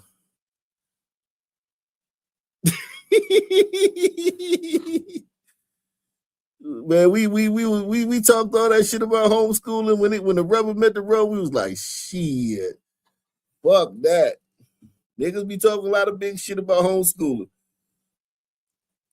Sammy Jr. says him and his wife homeschooled, man.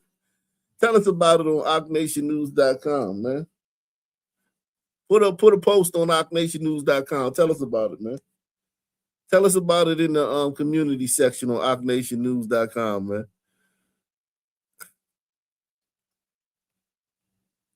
Drop your video. Be the first one to drop a video over there tonight, man. Tell us about it, man. You don't have to show your face.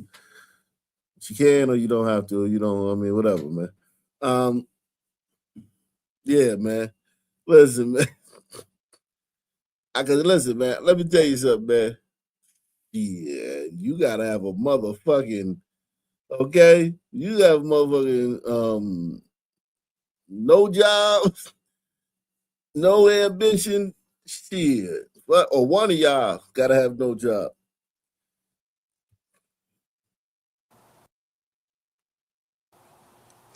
Houston County District Attorney Eric Edwards says that the suspect is expected to appear in court in front of a Superior Court this afternoon. All right, thank you, Sarah. We're going to be live out there all morning long with more updates. Now, this morning, both local and state leaders are speaking out about that shooting. Here's Mayor LaRhonda Patrick posting this statement online. This type of the mayor of Warner Robins. And think about it.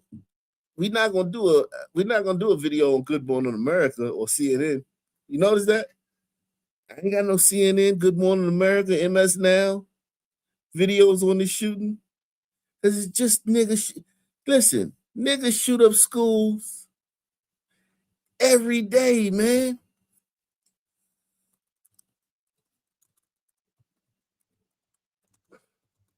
Niggas shoot up schools every day. Okay? It's only a big deal when it's a white one, man. Let me show you something, man. I'm going to show you something right quick, man.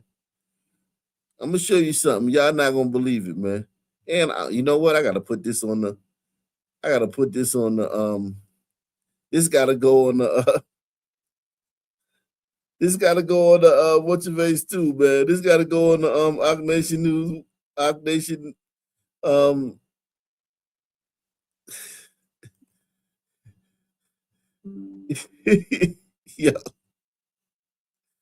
yo, listen, man. I'm gonna play the video, but I'm gonna show you something in a minute. I'm gonna play the incident impacts our students, faculty, and parents, but also our entire community. We appreciate all of our public safety officers, police, and fire for their rapid response and protection of our children. We shall overcome together. Governor Brian Kemp also posted online thanking first responders and law enforcement, highlighting their action to get things under control and keep everyone safe.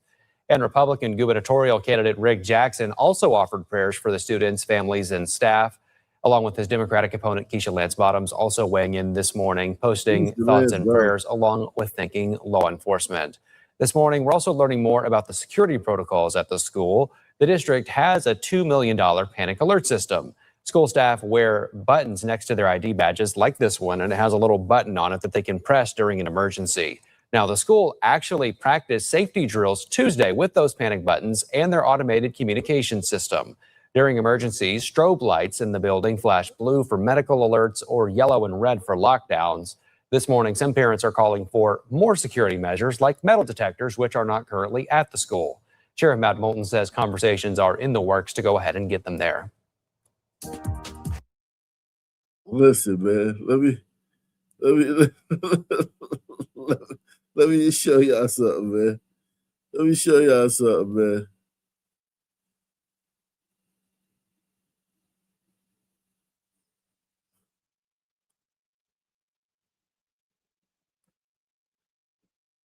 Let me show y'all something, man.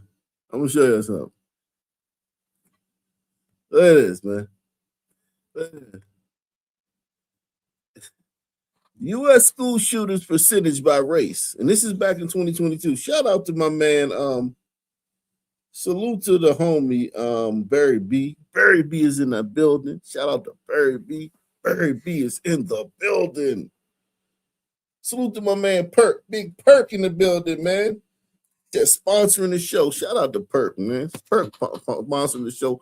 Perk been showing up lately for the nation, man. Shout out to Perk, man. Sammy says his wife don't work. She better not work. One of y'all, both y'all can't work and do no damn homeschooling. Look at look at what percentages of the school shooters are white. Look at that. Look at that. Look at that. Just look at that.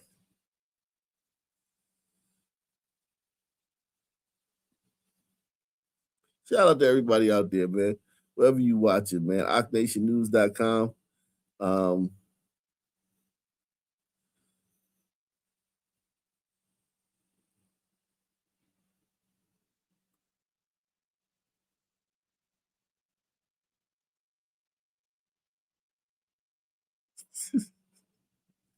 What up, Citizen? Citizen out there watching on OurNation.com. Shout out to Citizen. Why you ain't never changed your name back, man? We fixed the glitch, man. You should change your name back, man. You gonna stay with Citizen? You gonna go with Citizen, man? You gonna rock out with Citizens? All right.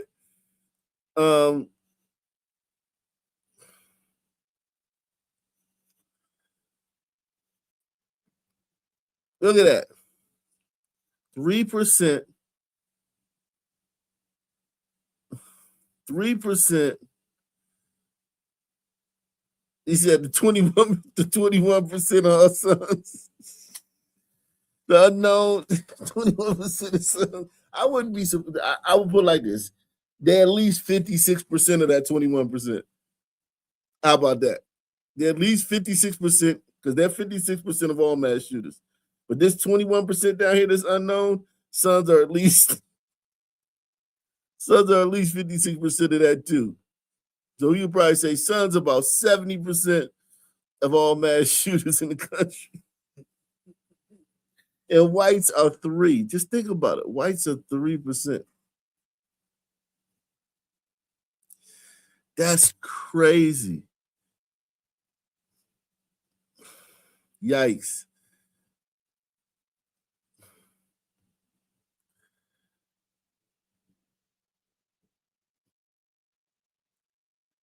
Let me get back to this, man.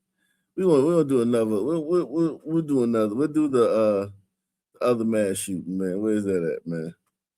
The other mass shooting. That was Warner Robins. We gotta do Gaffney, man. Gaffney. saying that June was just a phenomenal kid. He had Lies. That nigga wasn't phenomenal. Keener is kicking off 7 News. We have new information tonight in the bus stop murder in Gaffney. 2 suspects are now behind bars. In fact, actually 3 suspects are now behind bars. Our Julia Keener is kicking off 7 News live team coverage at the detention center where there just was a bond hearing for one of these suspects. Julia. Amy, that's right. There was a lot of new information. They actually played the video for us captured by a camera at the apartment complex. And I want to paint the picture for you all. There was a van that they now, as we know, had 3 suspects in it.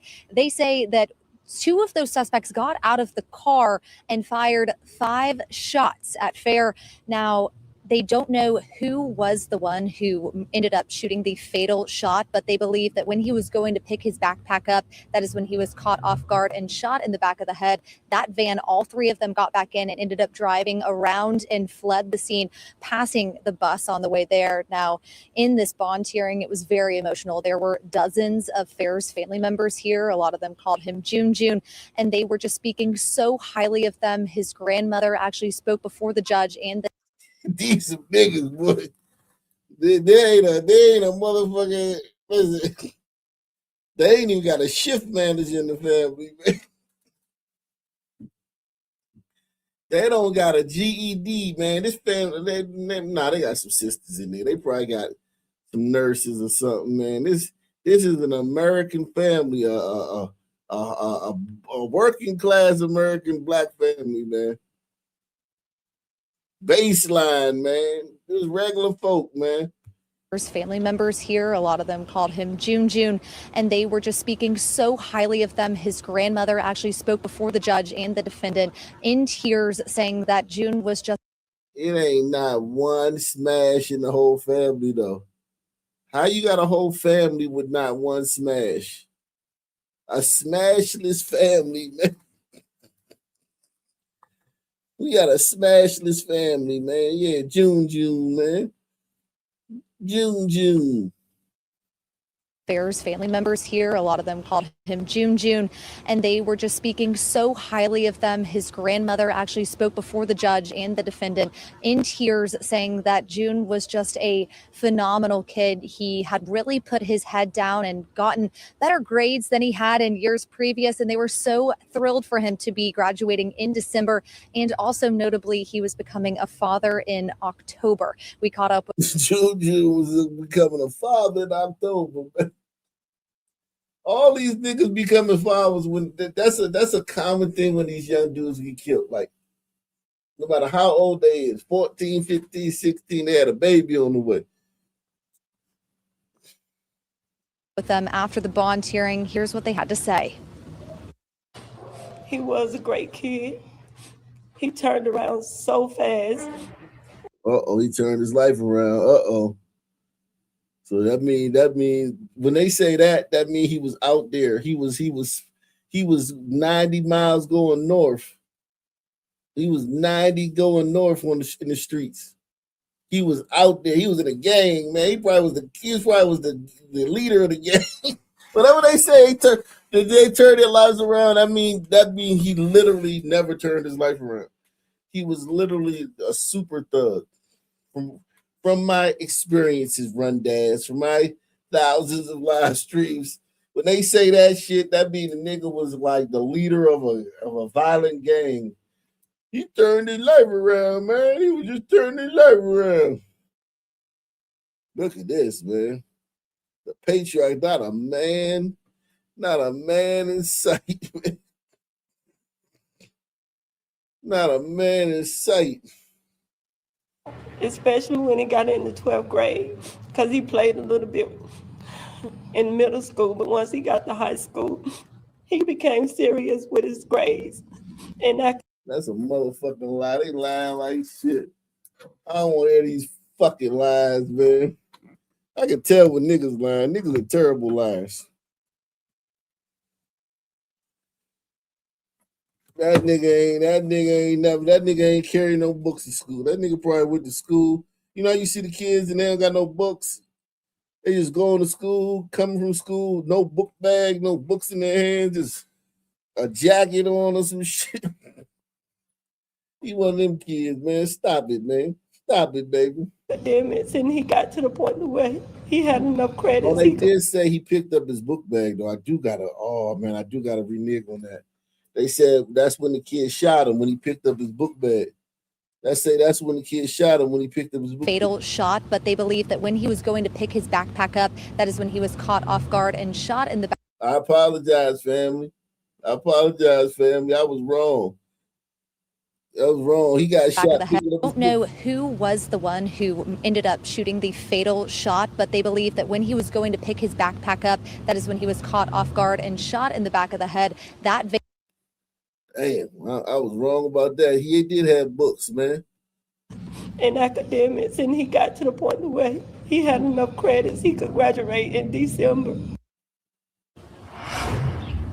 Right. And directly after the bond hearing and speaking with the family, we caught up with the Gaffney police chief. He was able to tell us that they had arrested the third suspect, and there will be a bond hearing for that individual tomorrow at 4 p.m. For now, live from Gaffney, Julia Keener, 7 News. Julia, thank you for the live update. Also, another breaking update. While the bond hearing was going on, authorities arrested the second suspect. 7 News' Ripley Simone is live with the latest on the arrest. Ripley.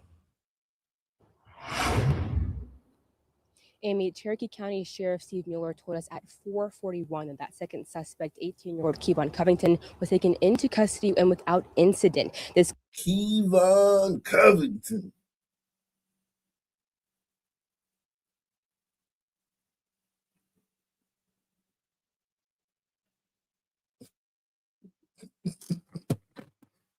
Kevon Covington comes after an all-day manhunt for Covington. It actually started yesterday when deputies and police were looking for him after that shooting. But the search began here on Concord Road. That's the area that we're in right now. All day long, deputies had a barricade, in this area. But they actually caught him a few minutes up the road here. Oh, yeah, guys, especially for everybody on the West Coast, man. Especially for everybody on the West Coast, man. I got an announcement for y'all later, man. Let me let the video play. We have some video for you of that scene and what that all looked like. We were actually the first 7 News crew, was the first media crew on site. We watched what seemed like 60 deputies fly over there at 4 o'clock, just at the top of the hour. And again, about 40 minutes later, we got the news that Covington had been taken into custody. Sheriff Mueller broke down how he was arrested. He told me that they got a call around 3:30. Covington had knocked on someone's door asking for water and help. The homeowners actually recognized him from his description and the many news stories that were out there. They tried to keep him in one spot, but it took around 20 minutes for them to detain him because he did run from that home after the homeowners let him know that they knew who he was. But now, like you heard, he is en route to the detention center. And here's more on that whole situation from Sheriff Mueller. Let out a big sigh of relief knowing that these 3 people responsible for the shooting yesterday are in custody, and that investigation is still ongoing, and Gaffney PD can release additional information to you. Sheriff Mueller told us that Sheriff Mueller did not explain who was involved in what part of the shooting and what happened. We're waiting for those details to come out, but he did say that bullying and some verbal disputes were involved in all of this. But of course, as we learn more on the situation with the arrest of these individuals and the story of how this all happened, we'll bring that information to you. Reporting live in Gaffney, Ripley Simone, 7 News. We are getting some breaking news into the newsroom right now. We want to... Hold on, I gotta show you the suspect, man. Yeesh. Saying that June was just a phenomenal kid. He had really put his head.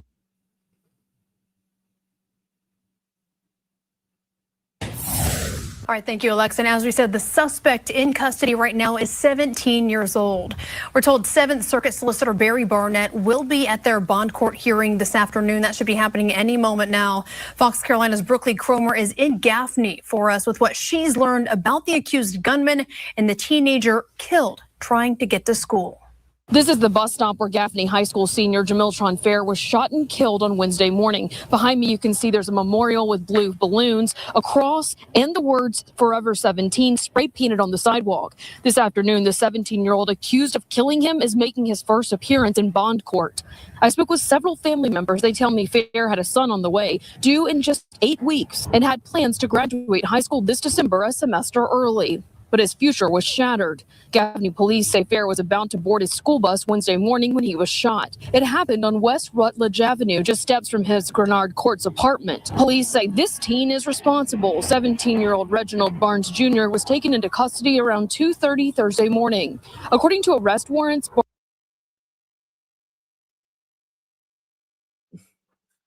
Mulatto, man. Cold-blooded mulatto, man. Black dad, white mom. Cold-blooded. Damn, bro. You go to prison, man, for a long motherfucking time, man. Thursday morning. According to arrest warrants, Barnes shot Fair. He's charged as an adult with murder and charged as an adult on camera. Headshot. Charged as an adult. Headshot caught on camera.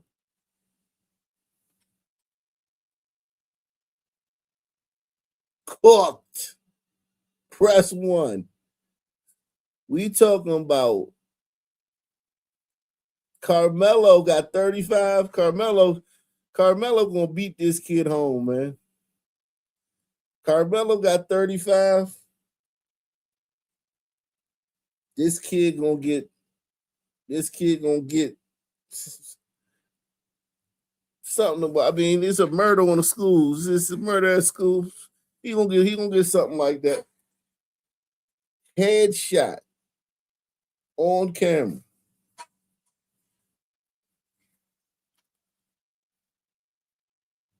morning. According to arrest warrants, Barnes shot Fair.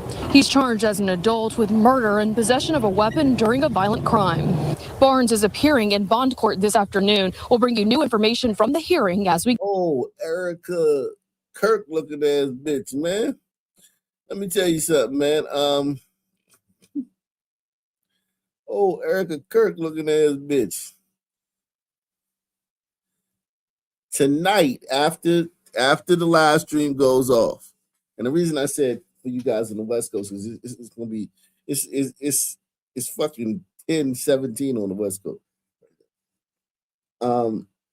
After the show goes off, immediately after the show goes off, we will be airing the Breonna Taylor inside the Breonna Taylor drug cartel, the documentary that made me kind of like famous on YouTube.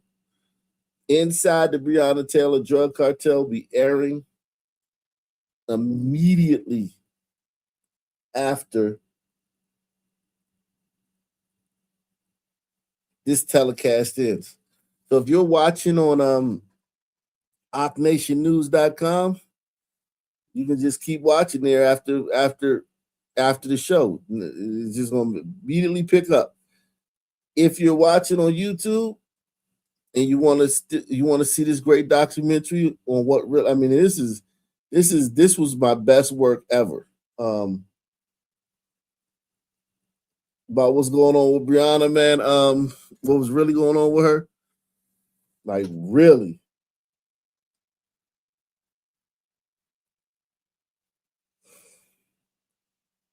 If you want to see that, go over to OpNationNews.com live stream page, man, and you can watch it over there. You can watch it over there.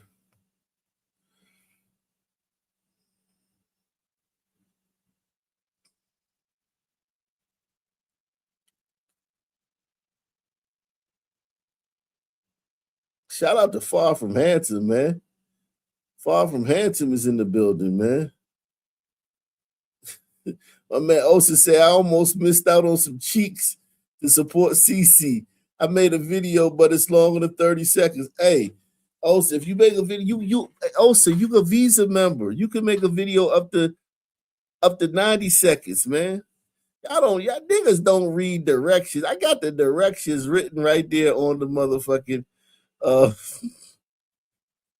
this be airing and it'll be airing all day. So if you listen, I'm gonna air it all day. So it's gonna air tonight and then it's going to pick back up from the beginning. So anytime you hit the channel tomorrow, it'll be on. Even if you don't get, for all you people on the East Coast that's going to go to bed after the show's over, when you wake up in the morning, you can just turn to the channel, octationnews.com live, the live page, and it'll be on. I'm going to play it on loop all day tomorrow.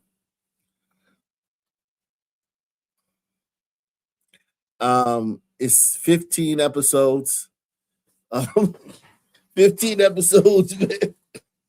So I'm gonna play it all. I think it's 7 hours long. The whole thing, 7 hours long, something like that. 7 or 8 hours long. So yeah, great content. Great if you're cleaning up or you're driving. Inside the Breonna Taylor drug cartel be airing. But yeah, Osa, man, Osa says he couldn't make a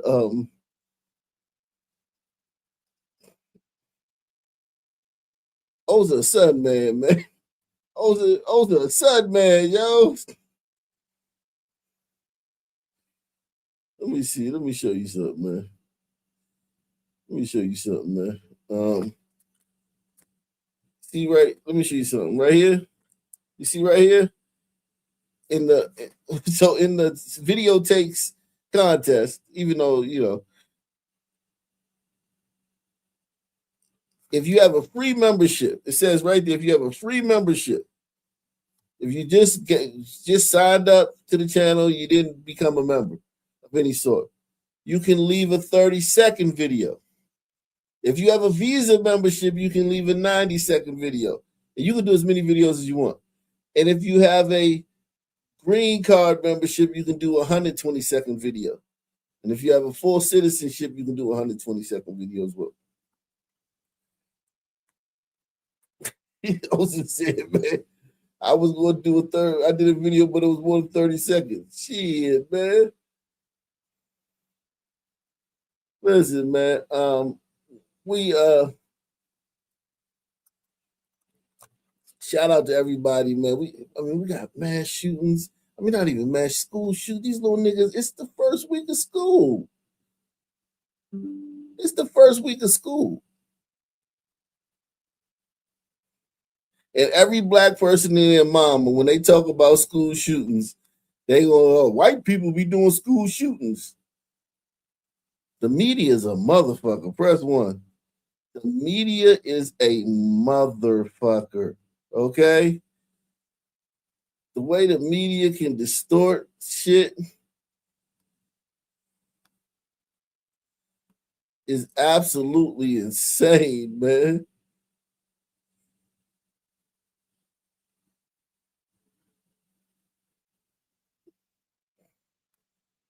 The way they distort shit is, fucking A. Okay? Fucking A, yo.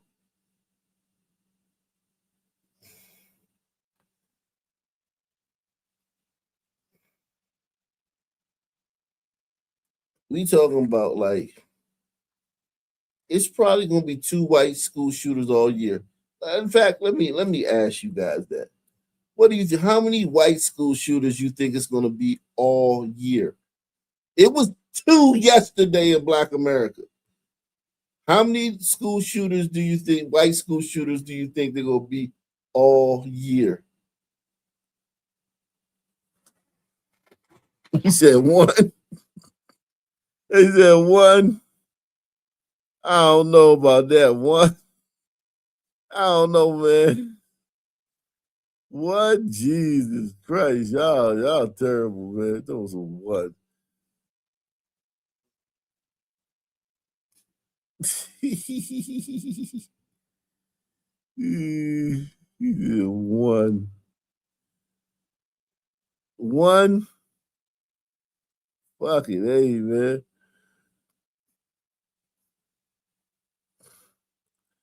That's crazy.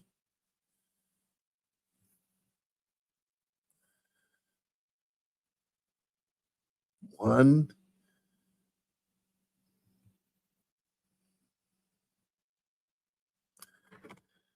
Unbelievable, man. I'm gonna go out on a limb. I'm gonna say 3. I'm gonna say 3.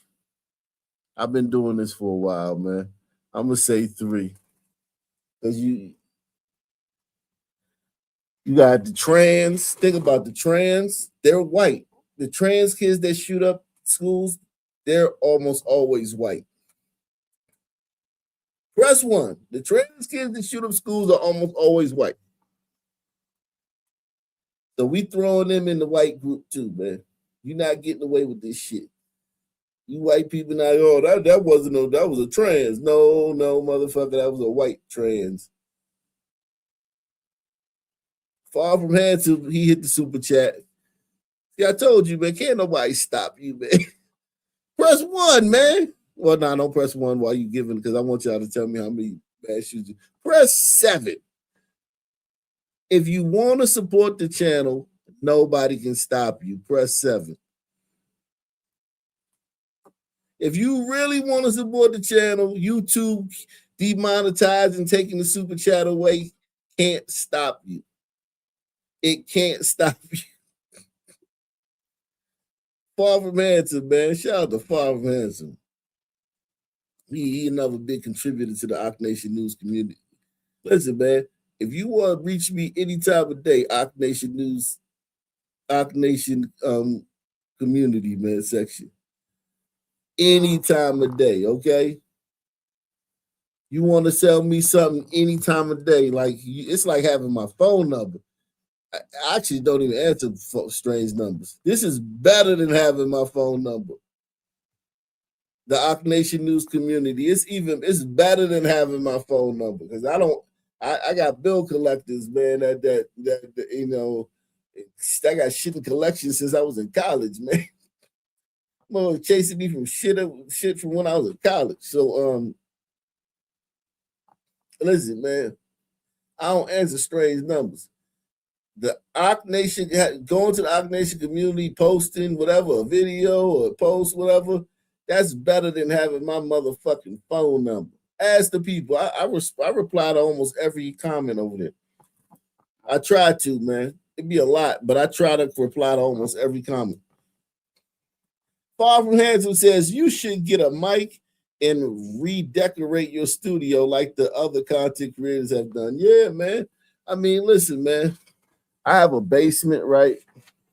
And it's multi-purpose. And listen, I could do that, man. You know what? I could do that. That's probably something that I'm gonna do. But listen, think about this, right? Think about this, Far from handsome, right? A lot of people say that, you know, like everybody is good at something, right? Like I'm not good at that, right? I'm not good at, you know, having the lava lamp and the motherfucking bookshelf with all the books I ain't never read or ever gonna read. It's got nice titles and posters and shit behind me. But look at my website. Go to my website, Far from handsome. Look at that. That's a good representation of me. My website.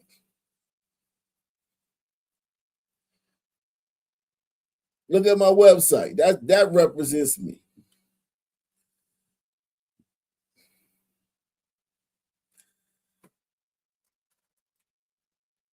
Shout out to Far from handsome, man. Far from handsome is in the building.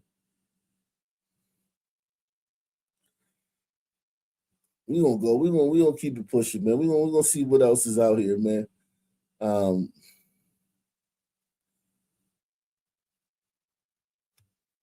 New tonight, this picture shows how an intruder broke in through that wall and attacked a teenager. You can see the big hole in that wall right there behind me.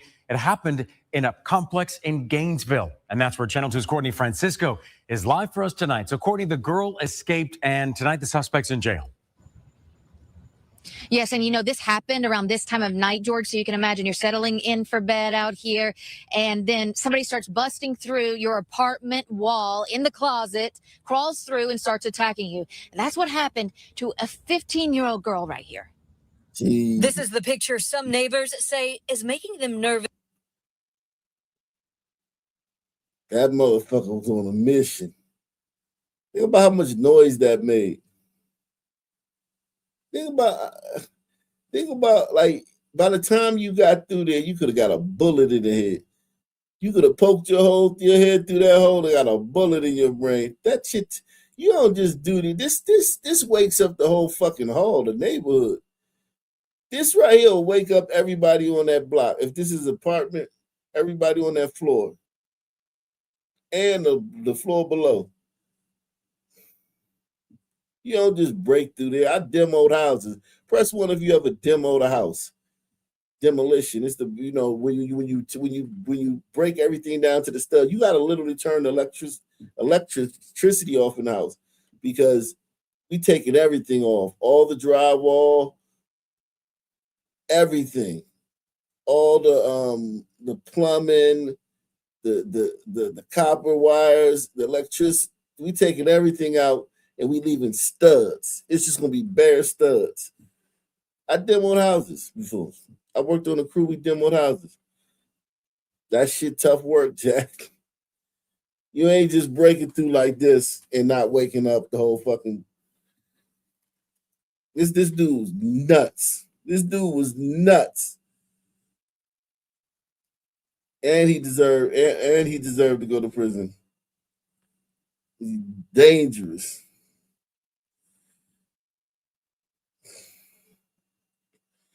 Attacking you. And that's what happened to a 15-year-old girl right here.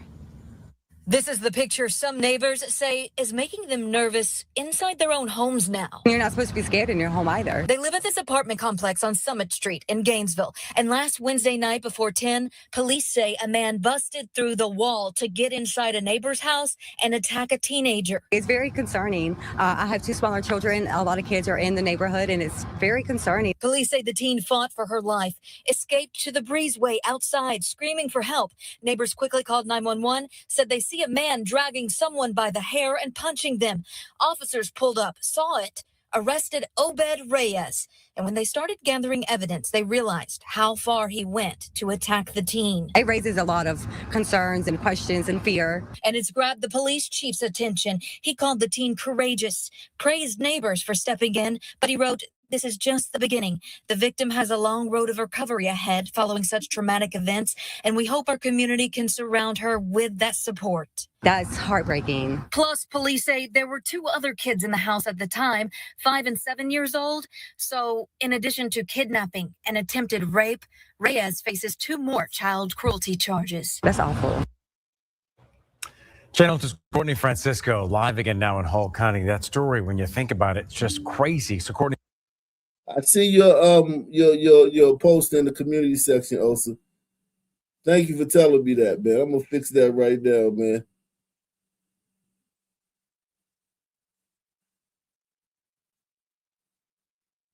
Thank you. Thank you for telling me that, man.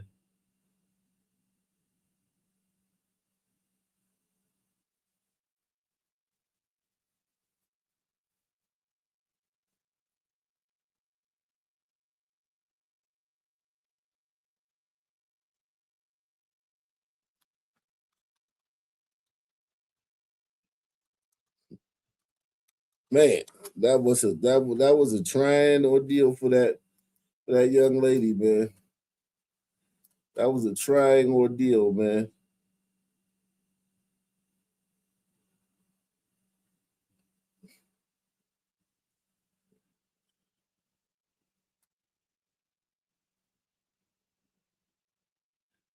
That was a trying ordeal. Police say the suspect and the teenager didn't know each other.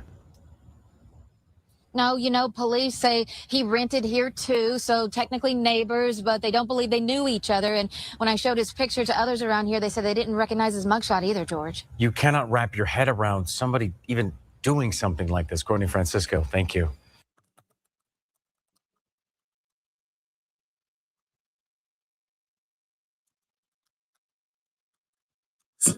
He said you can't even, yeah, that's kind of like it, man, with these fucking people, man.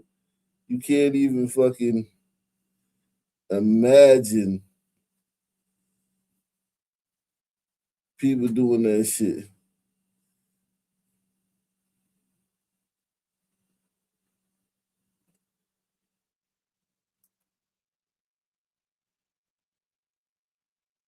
Jeez.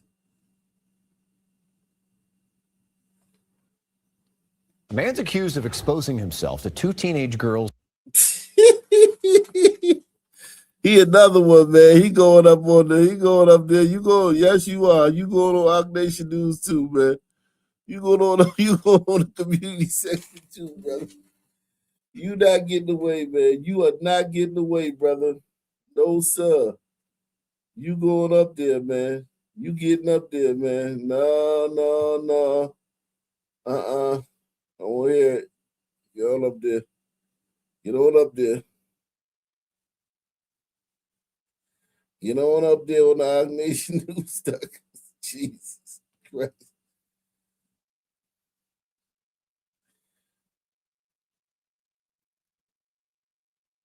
It's been a wild show, man. This show was supposed to be about mass shootings, man, but it's so much niggatry.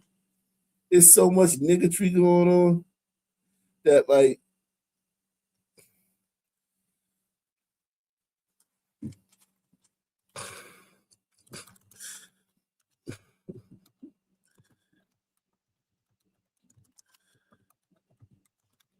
how many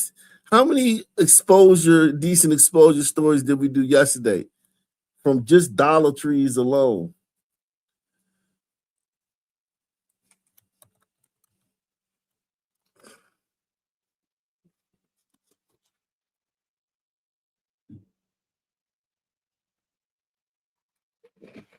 Think about that.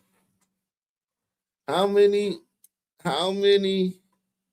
Oh yeah, I gotta do what's your face's video next. I gotta do TSM. I'm gonna do your video next, TSM. I got you. Next, man. Thank you, man. I'm glad I reminded you. Yeah, because when you post stuff on the community section, man, I try to get to it in the show, man. I try to get to it, man. When you post something that you want me to play in the Ock Nation news.com community section, I definitely try to get to it, man. I definitely try to get to it in the show. We're gonna get to those. We're gonna get to a bunch of them now. County. And deputies tell us the girls were on their way to school yesterday morning when it happened. Let's bring in Fox 13's Kylie Jones in our newsroom with more details. Kylie, I hate to hear these stories. What more do you know? Yeah, disturbing allegations, Mark. The Hillsborough County Sheriff's Office says these two girls, though, did everything right. Investigators say not only did that suspect, Quasi Moore, expose himself, but he then inappropriately grabbed one of the girls. Do me a favor, put your hands behind your back right now, man. You're just being detained. Body camera footage from a Hillsborough County deputy shows Moore being handcuffed and taken into custody. The sheriff's office says about a dozen bystanders kept Moore from getting away before deputies could get there. A few minutes before this, just before 7 a.m. yesterday, two 15-year-old girls were on their way to school. Investigators say one girl was on a scooter, the other was in a car, and they saw each other, so they got out to talk. Well, that's when Moore reportedly walked up to them and started making sexual comments. A spokesperson for the sheriff's office says those girls tried to tell him to go away, but he instead exposes himself and starts engaging in sex acts with himself. Now, these girls, they try to just get away as fast as they can. And when they do, he actually grabs one of them so hard that he ripped her clothes. But thankfully, they were able to get to a nearby parking lot where there is a food truck and get some of the attention of some of the adults around there. And deputies say those bystanders helped call 911.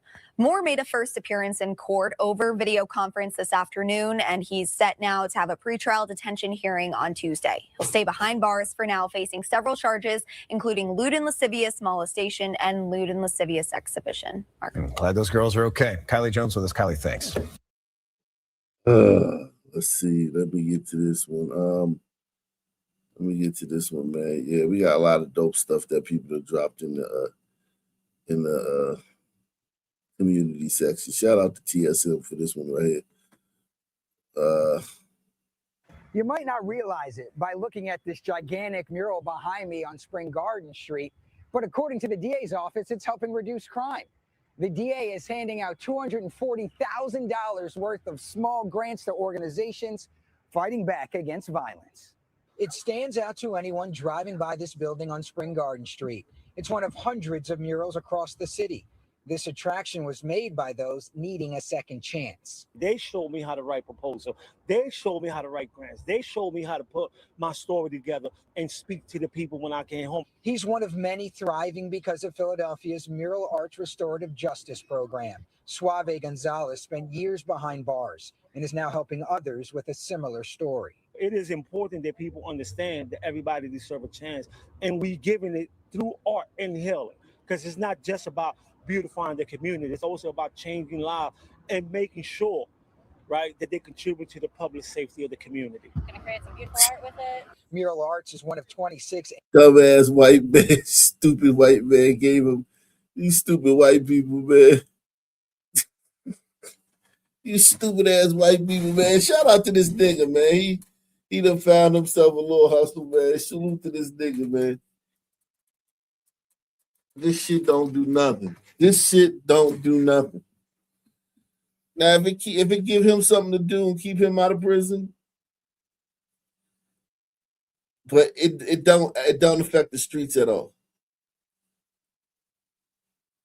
It don't affect the streets at all. The streets, the kids that's going to be carjackers and robbers and shoot each other at school, they don't give a fuck about nothing this nigga talking about.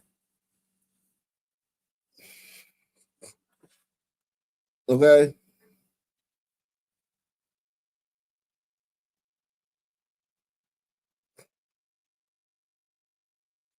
He got $240,000 in grants, or him or somebody else. And we giving it through art and healing, because it's not just about beautifying the community. It's also about changing lives and making sure, right, that they contribute to the public safety of the community. Gonna create some beautiful art with it. Mural Arts is one of 26 anti-violence organizations receiving micro grants from the district attorney's office. NBC 10 was there exclusively as DA Larry Krasner handed out checks today and learned more about each agency. The real difference between simply throwing more and more money at traditional solutions and this is that this works. That's the real difference. This don't work, man. That don't work, man. Every once in a while, you kill so many niggas in the city that the city got to regenerate.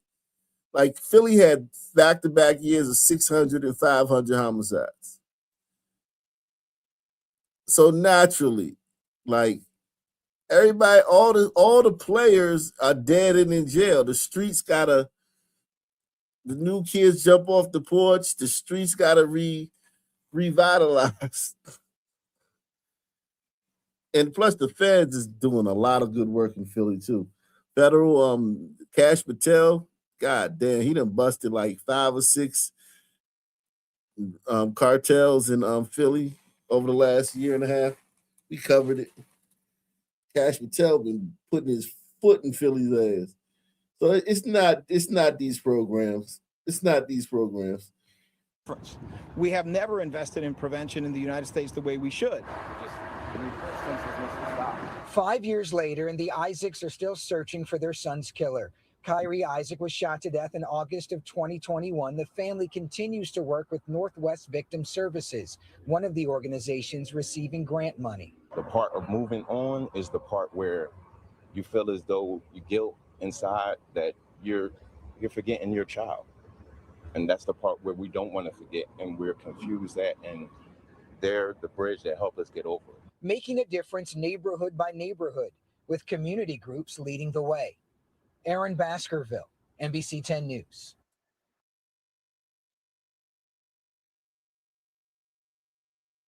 Salute to TSM for that, man. That was a TSM special, man. I think we got some more stuff too, man. We got some more stuff on OutNationNews.com, man. Oh yeah, we got this article, man. Shout out to who dropped this article? Whitney Smoky Blue Lewis, man. Shout out to Whitney, man. This is yeah,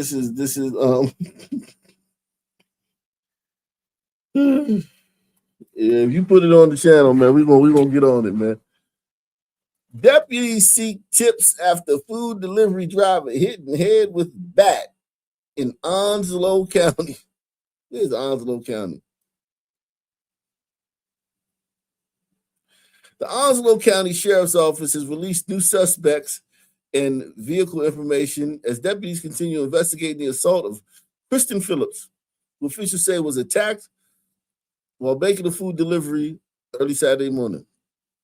According to the sheriff's office, Phillips was stopped at an intersection of West Boulevard and Gum Branch Road around 1:19 a.m. August 1st. When the vehicle in front of her did not move after the traffic light turned green, deputies say Phillips briefly sounded her horn. This is a Sun Man. Press 1. This is a Sun Man. This is a Sun Man. This is a Sun Man.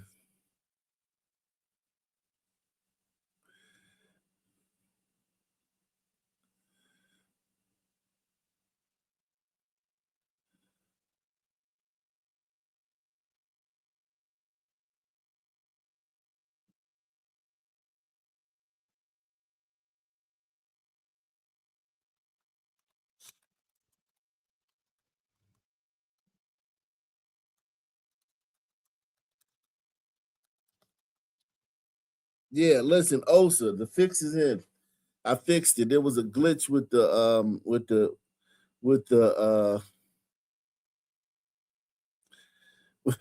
with the video takes. It's fixed now.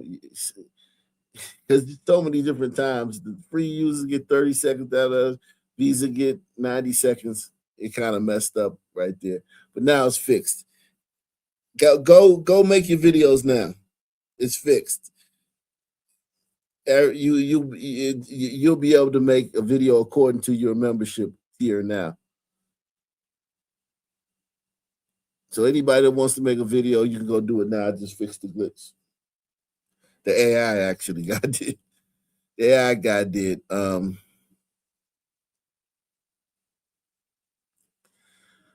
Yeah, man.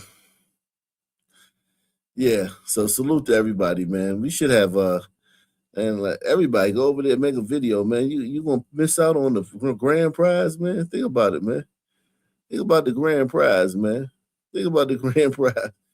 So anyway, man, so this lady, she's sitting at the light 1:19 in the morning. The vehicle in front did not move after the traffic light turned green. She briefly sounded her horn, and the vehicle moved out of the way before following her. After Phillips arrived at the delivery location, dumbass, if a car's following you, that delivery is, fuck that delivery. Deliver that shit to the fucking police station and fucking tell them to get that motherfucker arrested. She went ahead and did the delivery with this nigga following her and shit after she hit the horn. Nigga, kill you over hit the horn. Press 1. A nigga will be on the way to his fucking graduation and shit. A nigga be on the way to fucking turning in $1 million lottery ticket. A nigga be on the way to cashing in $1 million lottery ticket, and you hit the horn on him, and he'll stop, kill your ass, and go to prison for the rest of his life. Press 1. This woman is crazy.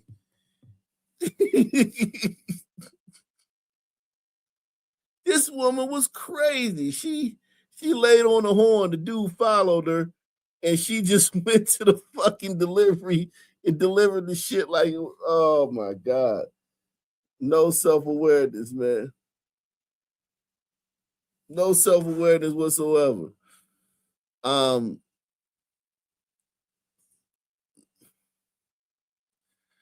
After Phillips arrived at the delivery location in Shamrock Drive area, she attempted to return to the vehicle. The sheriff's office said the suspect approached Phillips and struck her in the head with a baseball bat before leaving the area. She lucky he ain't have a gun. If that dude had a gun, he would have killed her. For honking on the horn while he was asleep at the light. A nigga will kill you for that. it's probably how many niggas in jail? Millions. It's probably 1,000 niggas in jail over something like that in this country.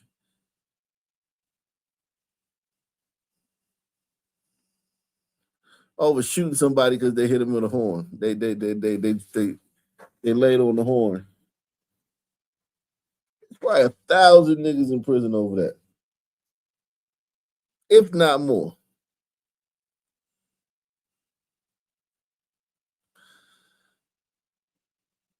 Phillips was able to get to Onslow Memorial Hospital where deputies were notified and began the investigation. As the investigation has progressed, detectives said the suspect was driving a dark-colored Range Rover with silver and gray alloy rims.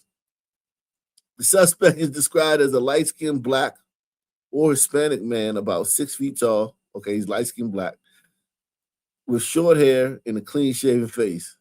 Deputies said he is believed to be in his late 30s or early 40s.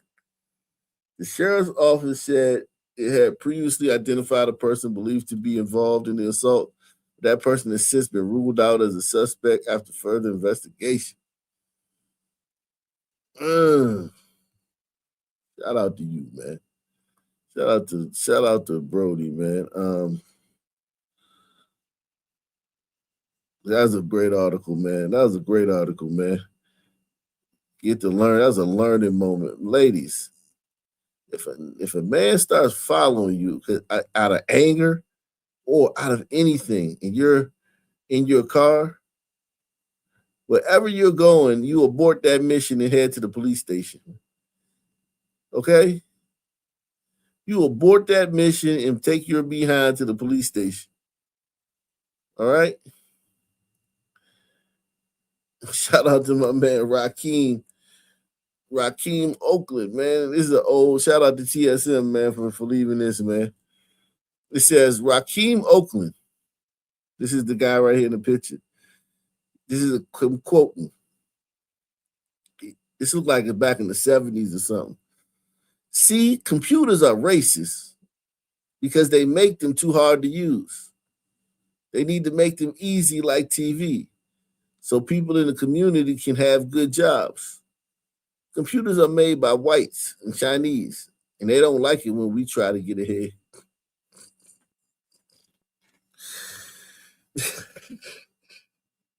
The more things change, the more they stay the same, right?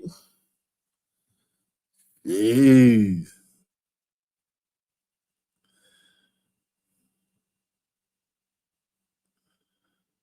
The more things change, the more they stay the same.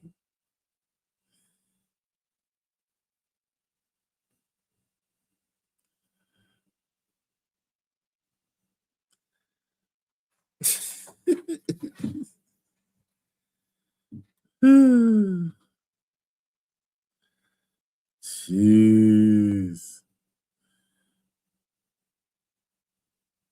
That's amazing. Amazing, man. That's amazing like grace, man. Jeez. Right. Amazing. Jeez. Salute, man. Salute to everybody out here, man. Everybody out there, man. Whatever you're doing. And remember, all my people, after the program, after the Tonight Show, as soon as we get off, inside the Breonna Taylor drug cartel will be airing on OckNationNews.com. Inside the Breonna Taylor drug cartel. Okay? Will be airing. It's going to be airing. All right? Straight up and down. Straight up and down is all good.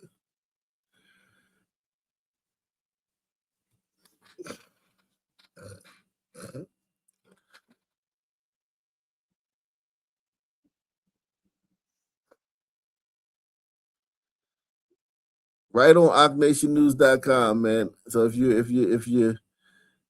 everybody knows has the address, man. Everybody has the address.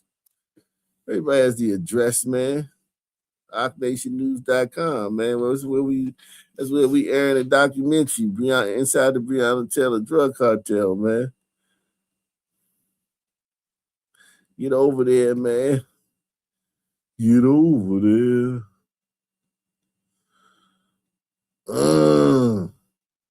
Get over there.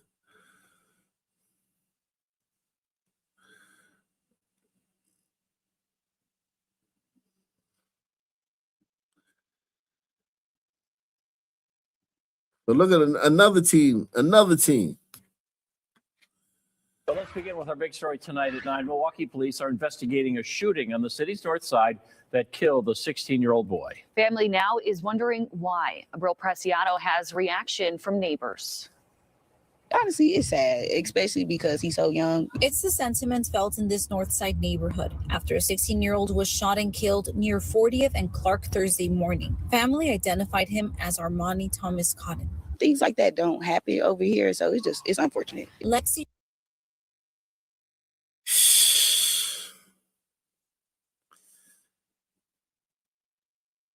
Yikes, man. Milwaukee. Fucking A, man.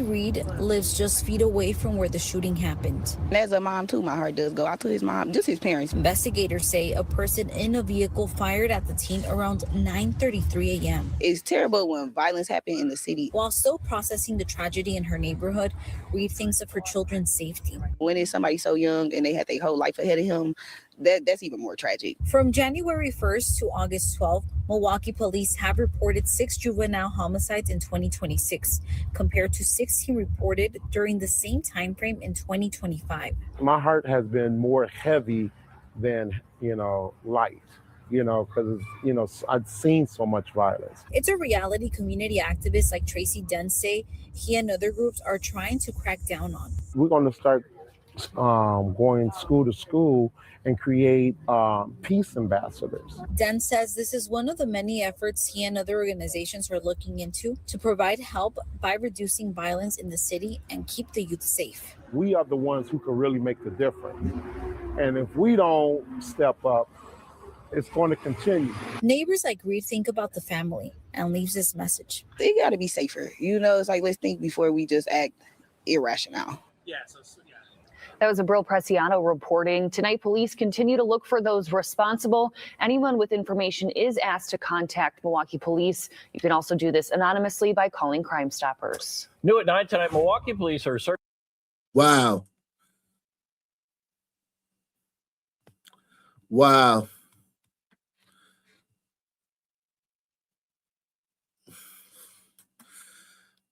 16-year-old black kid. He's student age. Jeez.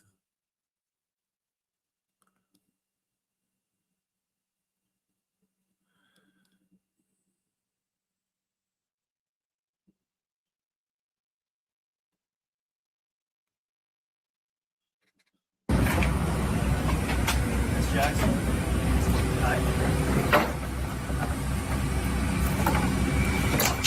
BBL. Hey. I ain't gonna lie, man.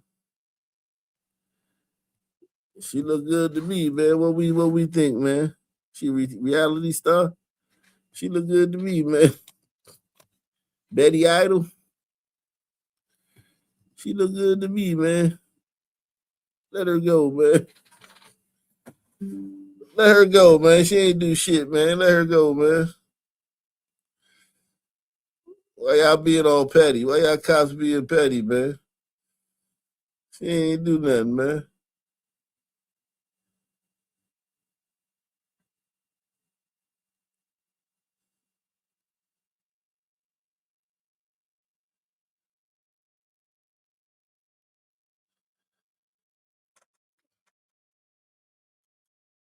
She ain't do a motherfucking thing, man. Let her go, man. This racism, man. This racism, yo. Racism, I tell you.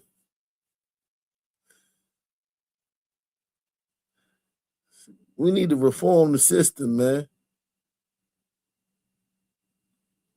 We need to reform the system. Changes need to be made. Changes need to be made, man. We need to reform the system. Yo. Who's with me, man? Who's with me, man? We're gonna fight against this woman getting arrested, man. This is a tragedy, a travesty of justice, man.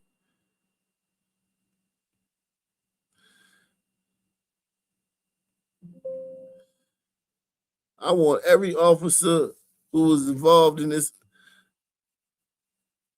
illegal investigation that landed this woman behind bars. I want everybody arrested. I want all them arrested.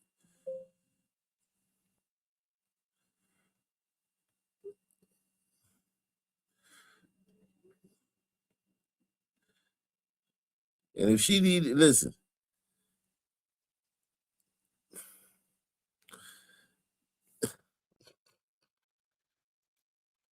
If she need a place to stay when she get out, man, don't worry, man. Listen, don't worry, yo.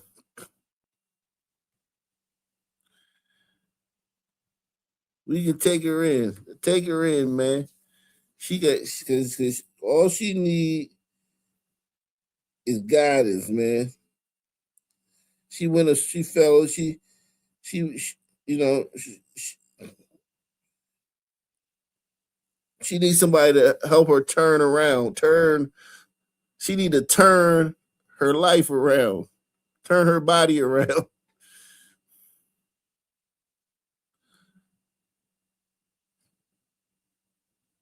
She need to turn her body around and bend over backwards to try to get on the right path.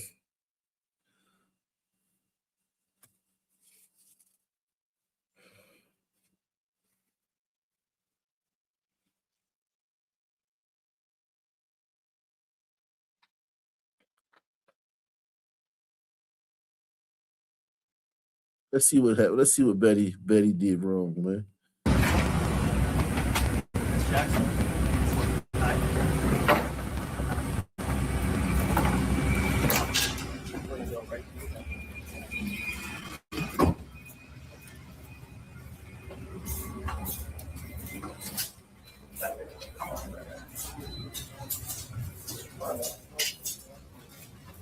Back that ass up.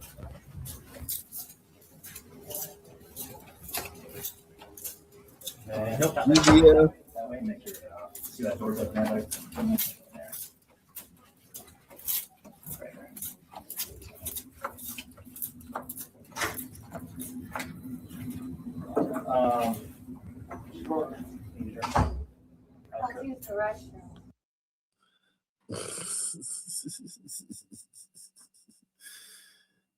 All charges have been dropped. So let's begin with our big story tonight at 9.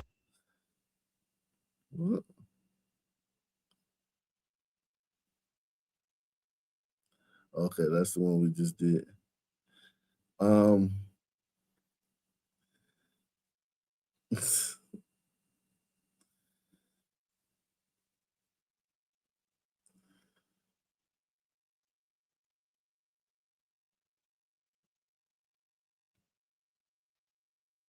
This. So I'm sitting out here with the pool with my children. I'm the only black man out here.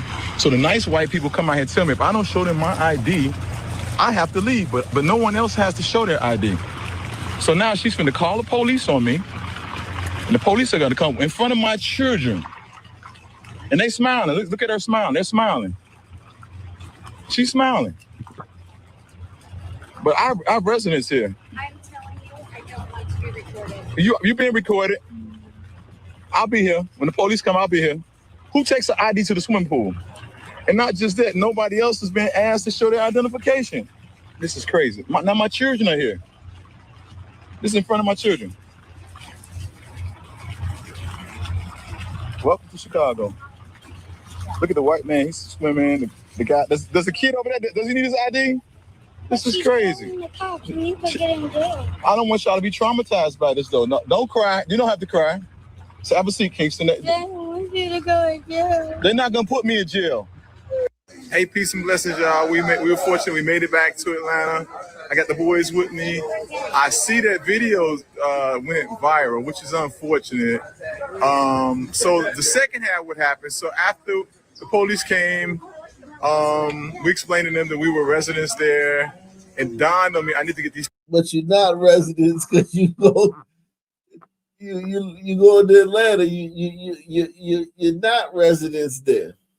You live in Atlanta. You were just visiting. People's information, so I went to the office to get their information, asked the ladies, could they please give me their names? They refused to give me their names, and they actually called the police on me again and said that I was harassing them. Fortunately, the police was a very understanding police, and he knew what was going on. We were located the resident was called the Arden or something like that. I'll post the information up there. I'm just happy that my children are doing good, and thank you all so much for inquiring and understanding of nature. Have a great day. Peace and blessings, Boy.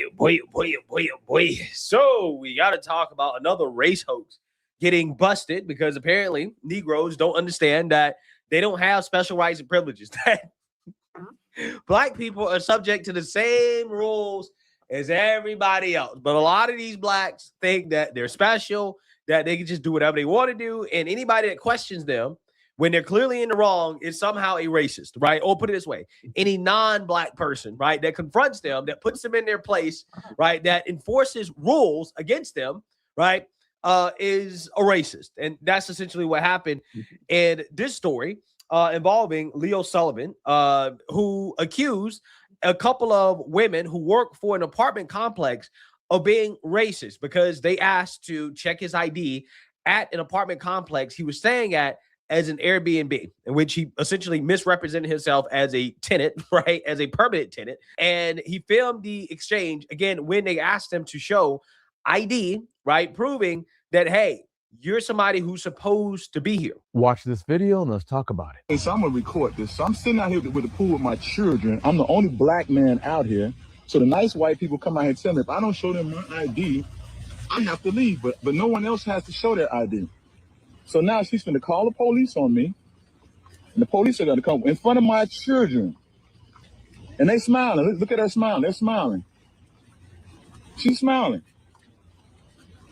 National Geographic and historian Jeff W. document that white swimmers physically imposed racial segregation at pools through violence. Cities built pools in white neighborhoods to encourage separation. Some admitted black people only on certain days and drained the water afterward. In 2009, a Philadelphia swim club excluded black children, saying they would change the complexion of the club. This man was at the pool with his children. This pool was at a hotel that he was staying at in Chicago. This lady, who I guess works there, approached him and was asking for his ID and just wanted to check and make sure that he had the right to be there, that he was staying there. The problem is, this is a black man with his black children. He was the only person that was approached and asked to give identification to show that he was staying there. There was other people around, other people in the pool, other people on the lounge chairs because he was on a lounge chair. But this guy was the only person that was asked to show an ID. Now, he told the lady that he's at the pool. He doesn't have an ID. Who takes their ID when they go swimming?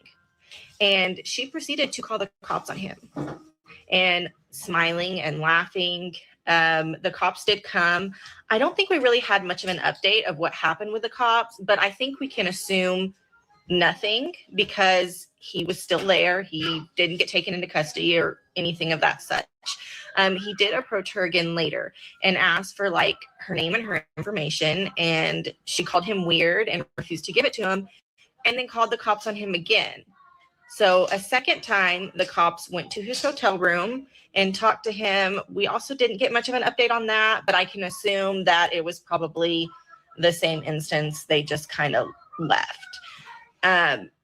Now, if they were going around and asking everybody at the pool to give identification to prove that they were able to stay there, That would be one thing. The problem is they only approached this one person and asked for them to prove that they were able to stay there. I can say that I have never, ever, ever, whenever I have stayed at a hotel and been at a pool, been asked to show identification to prove that I had a right to be there. Never. I don't want y'all to be traumatized by this, though. No, don't cry. You don't have to cry. So have a seat, Kingston. I want you to go in jail. They're not going to put me in jail. Yeah, they did not put him in jail. Put it a full mass. We have the background to this story. Once again, when a random person, let's call it a Karen, says, give me your ID, that's akin to requiring freedom papers. How dare you have the notion that you can be free? Wow. These race hustlers are so silly, right? They're so silly.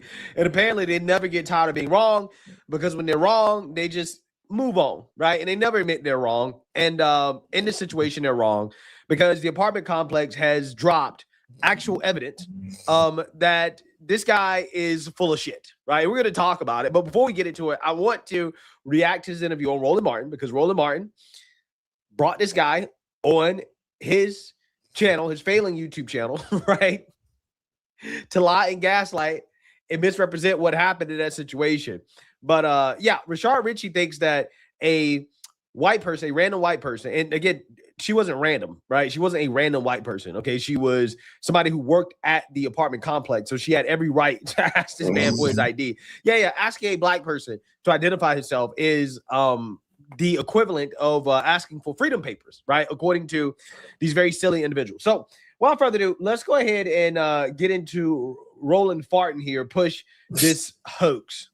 Yesterday, we tell you about a black family that faced harassment from two white women while trying to enjoy the pool at a hotel in a Chicago suburb. Leo Sullivan and his children were staying at the Arton of Warrenville Hotel when one of the women called cops on them not once but twice. One of the women repeatedly demanded to see Leo's identification, even though he had already provided proof that they were registered guests at the hotel. Leo and his attorney, Michael Sterling, join us right now. I'm glad to have y'all here. Leo, first and foremost, I can't do this, man. I can't listen to no damn Roland Martin panel right now. I'm good on that, man. I'm Gucci on that. No thank you. No thanks, Roland. I'm good.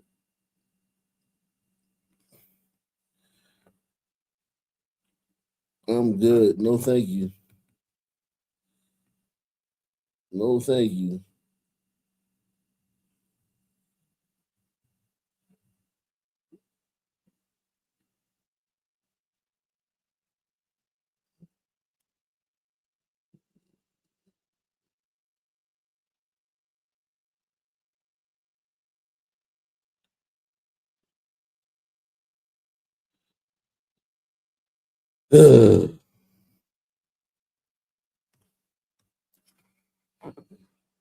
And another Bronx family also grieving tonight with the death of a teenager.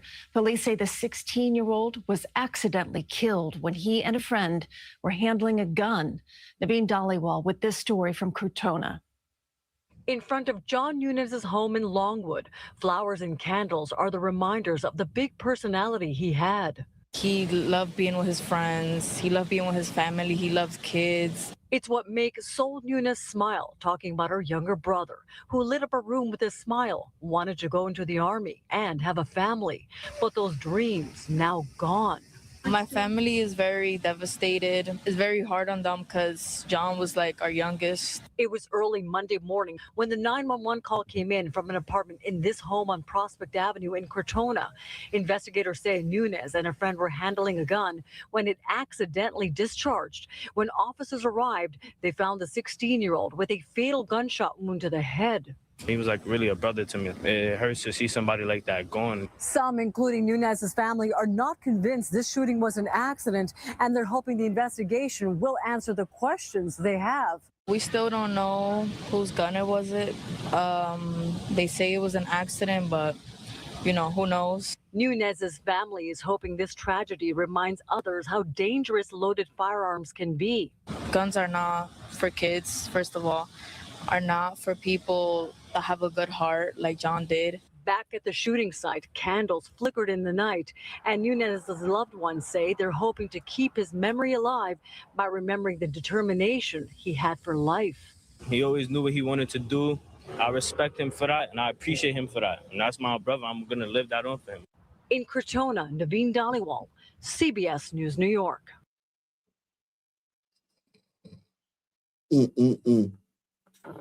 Wow. I think it's about time for us to wrap this show up. It's been a great show, man. Tomorrow, man, listen, the Breonna Taylor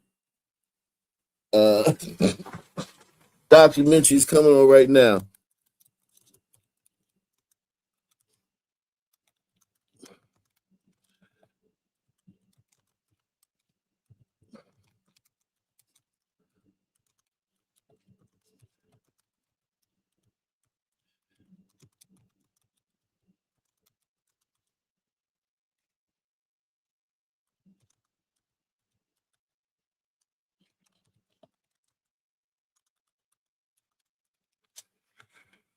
Oh man, I think when I start feeling like this, man, I think it's best that I get some rest, because every hour, every 30 minutes, 20 minutes I can get rest. It's 20 more minutes I can go hard tomorrow. Go hard during the day tomorrow, man, and show my channel is everything is doing great, man. But yeah, videos, you guys will be able to make videos on that. That's the main thing I want to see, man. I want to see you guys making some video. We got a lot of great people in Ock Nation that got a lot of great things to say, man. A lot of great takes, man. A lot of great takes, a lot of great stuff on that you guys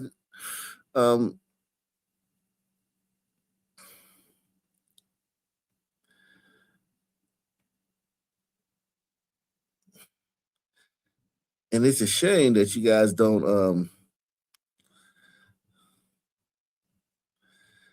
have anybody that will listen to you, man. I say you can be a content creator on my website, man. You can be a content creator on OckNationNews.com.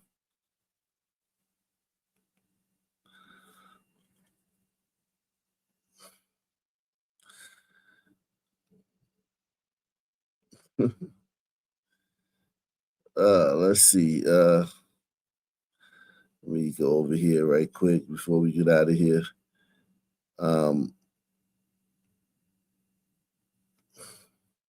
Yeah, free Betty, man.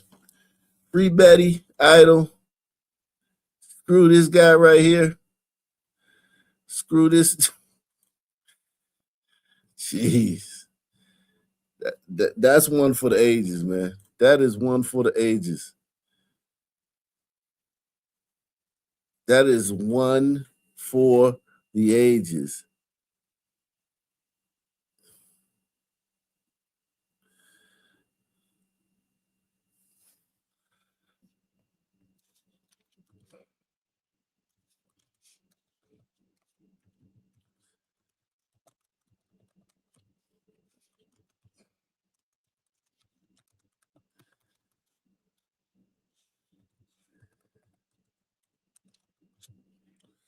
That is one for the ages, man.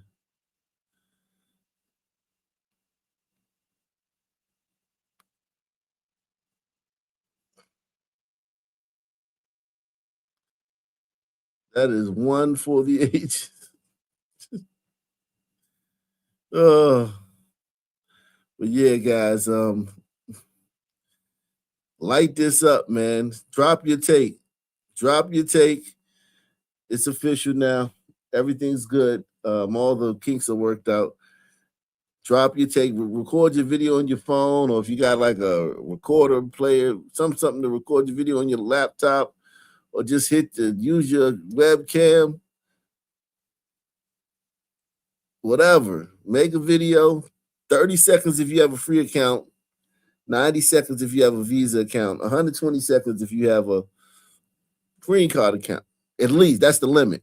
You can make it however long you want. You can make it 10 seconds, make it 20 seconds, but get on the board because we want to have we want to make this fun, man. We want to see who's going to win this prize at the end of the month, man. You know, we want to make this fun. And when you go to the site, watch some of these takes and like them or dislike them. See, we brought the dislike button back. One thing we do here, man, we bringing the dislike button back, man. Okay? We bring the dislike button back, man. You can dislike over here, man. They try to say that's bullying.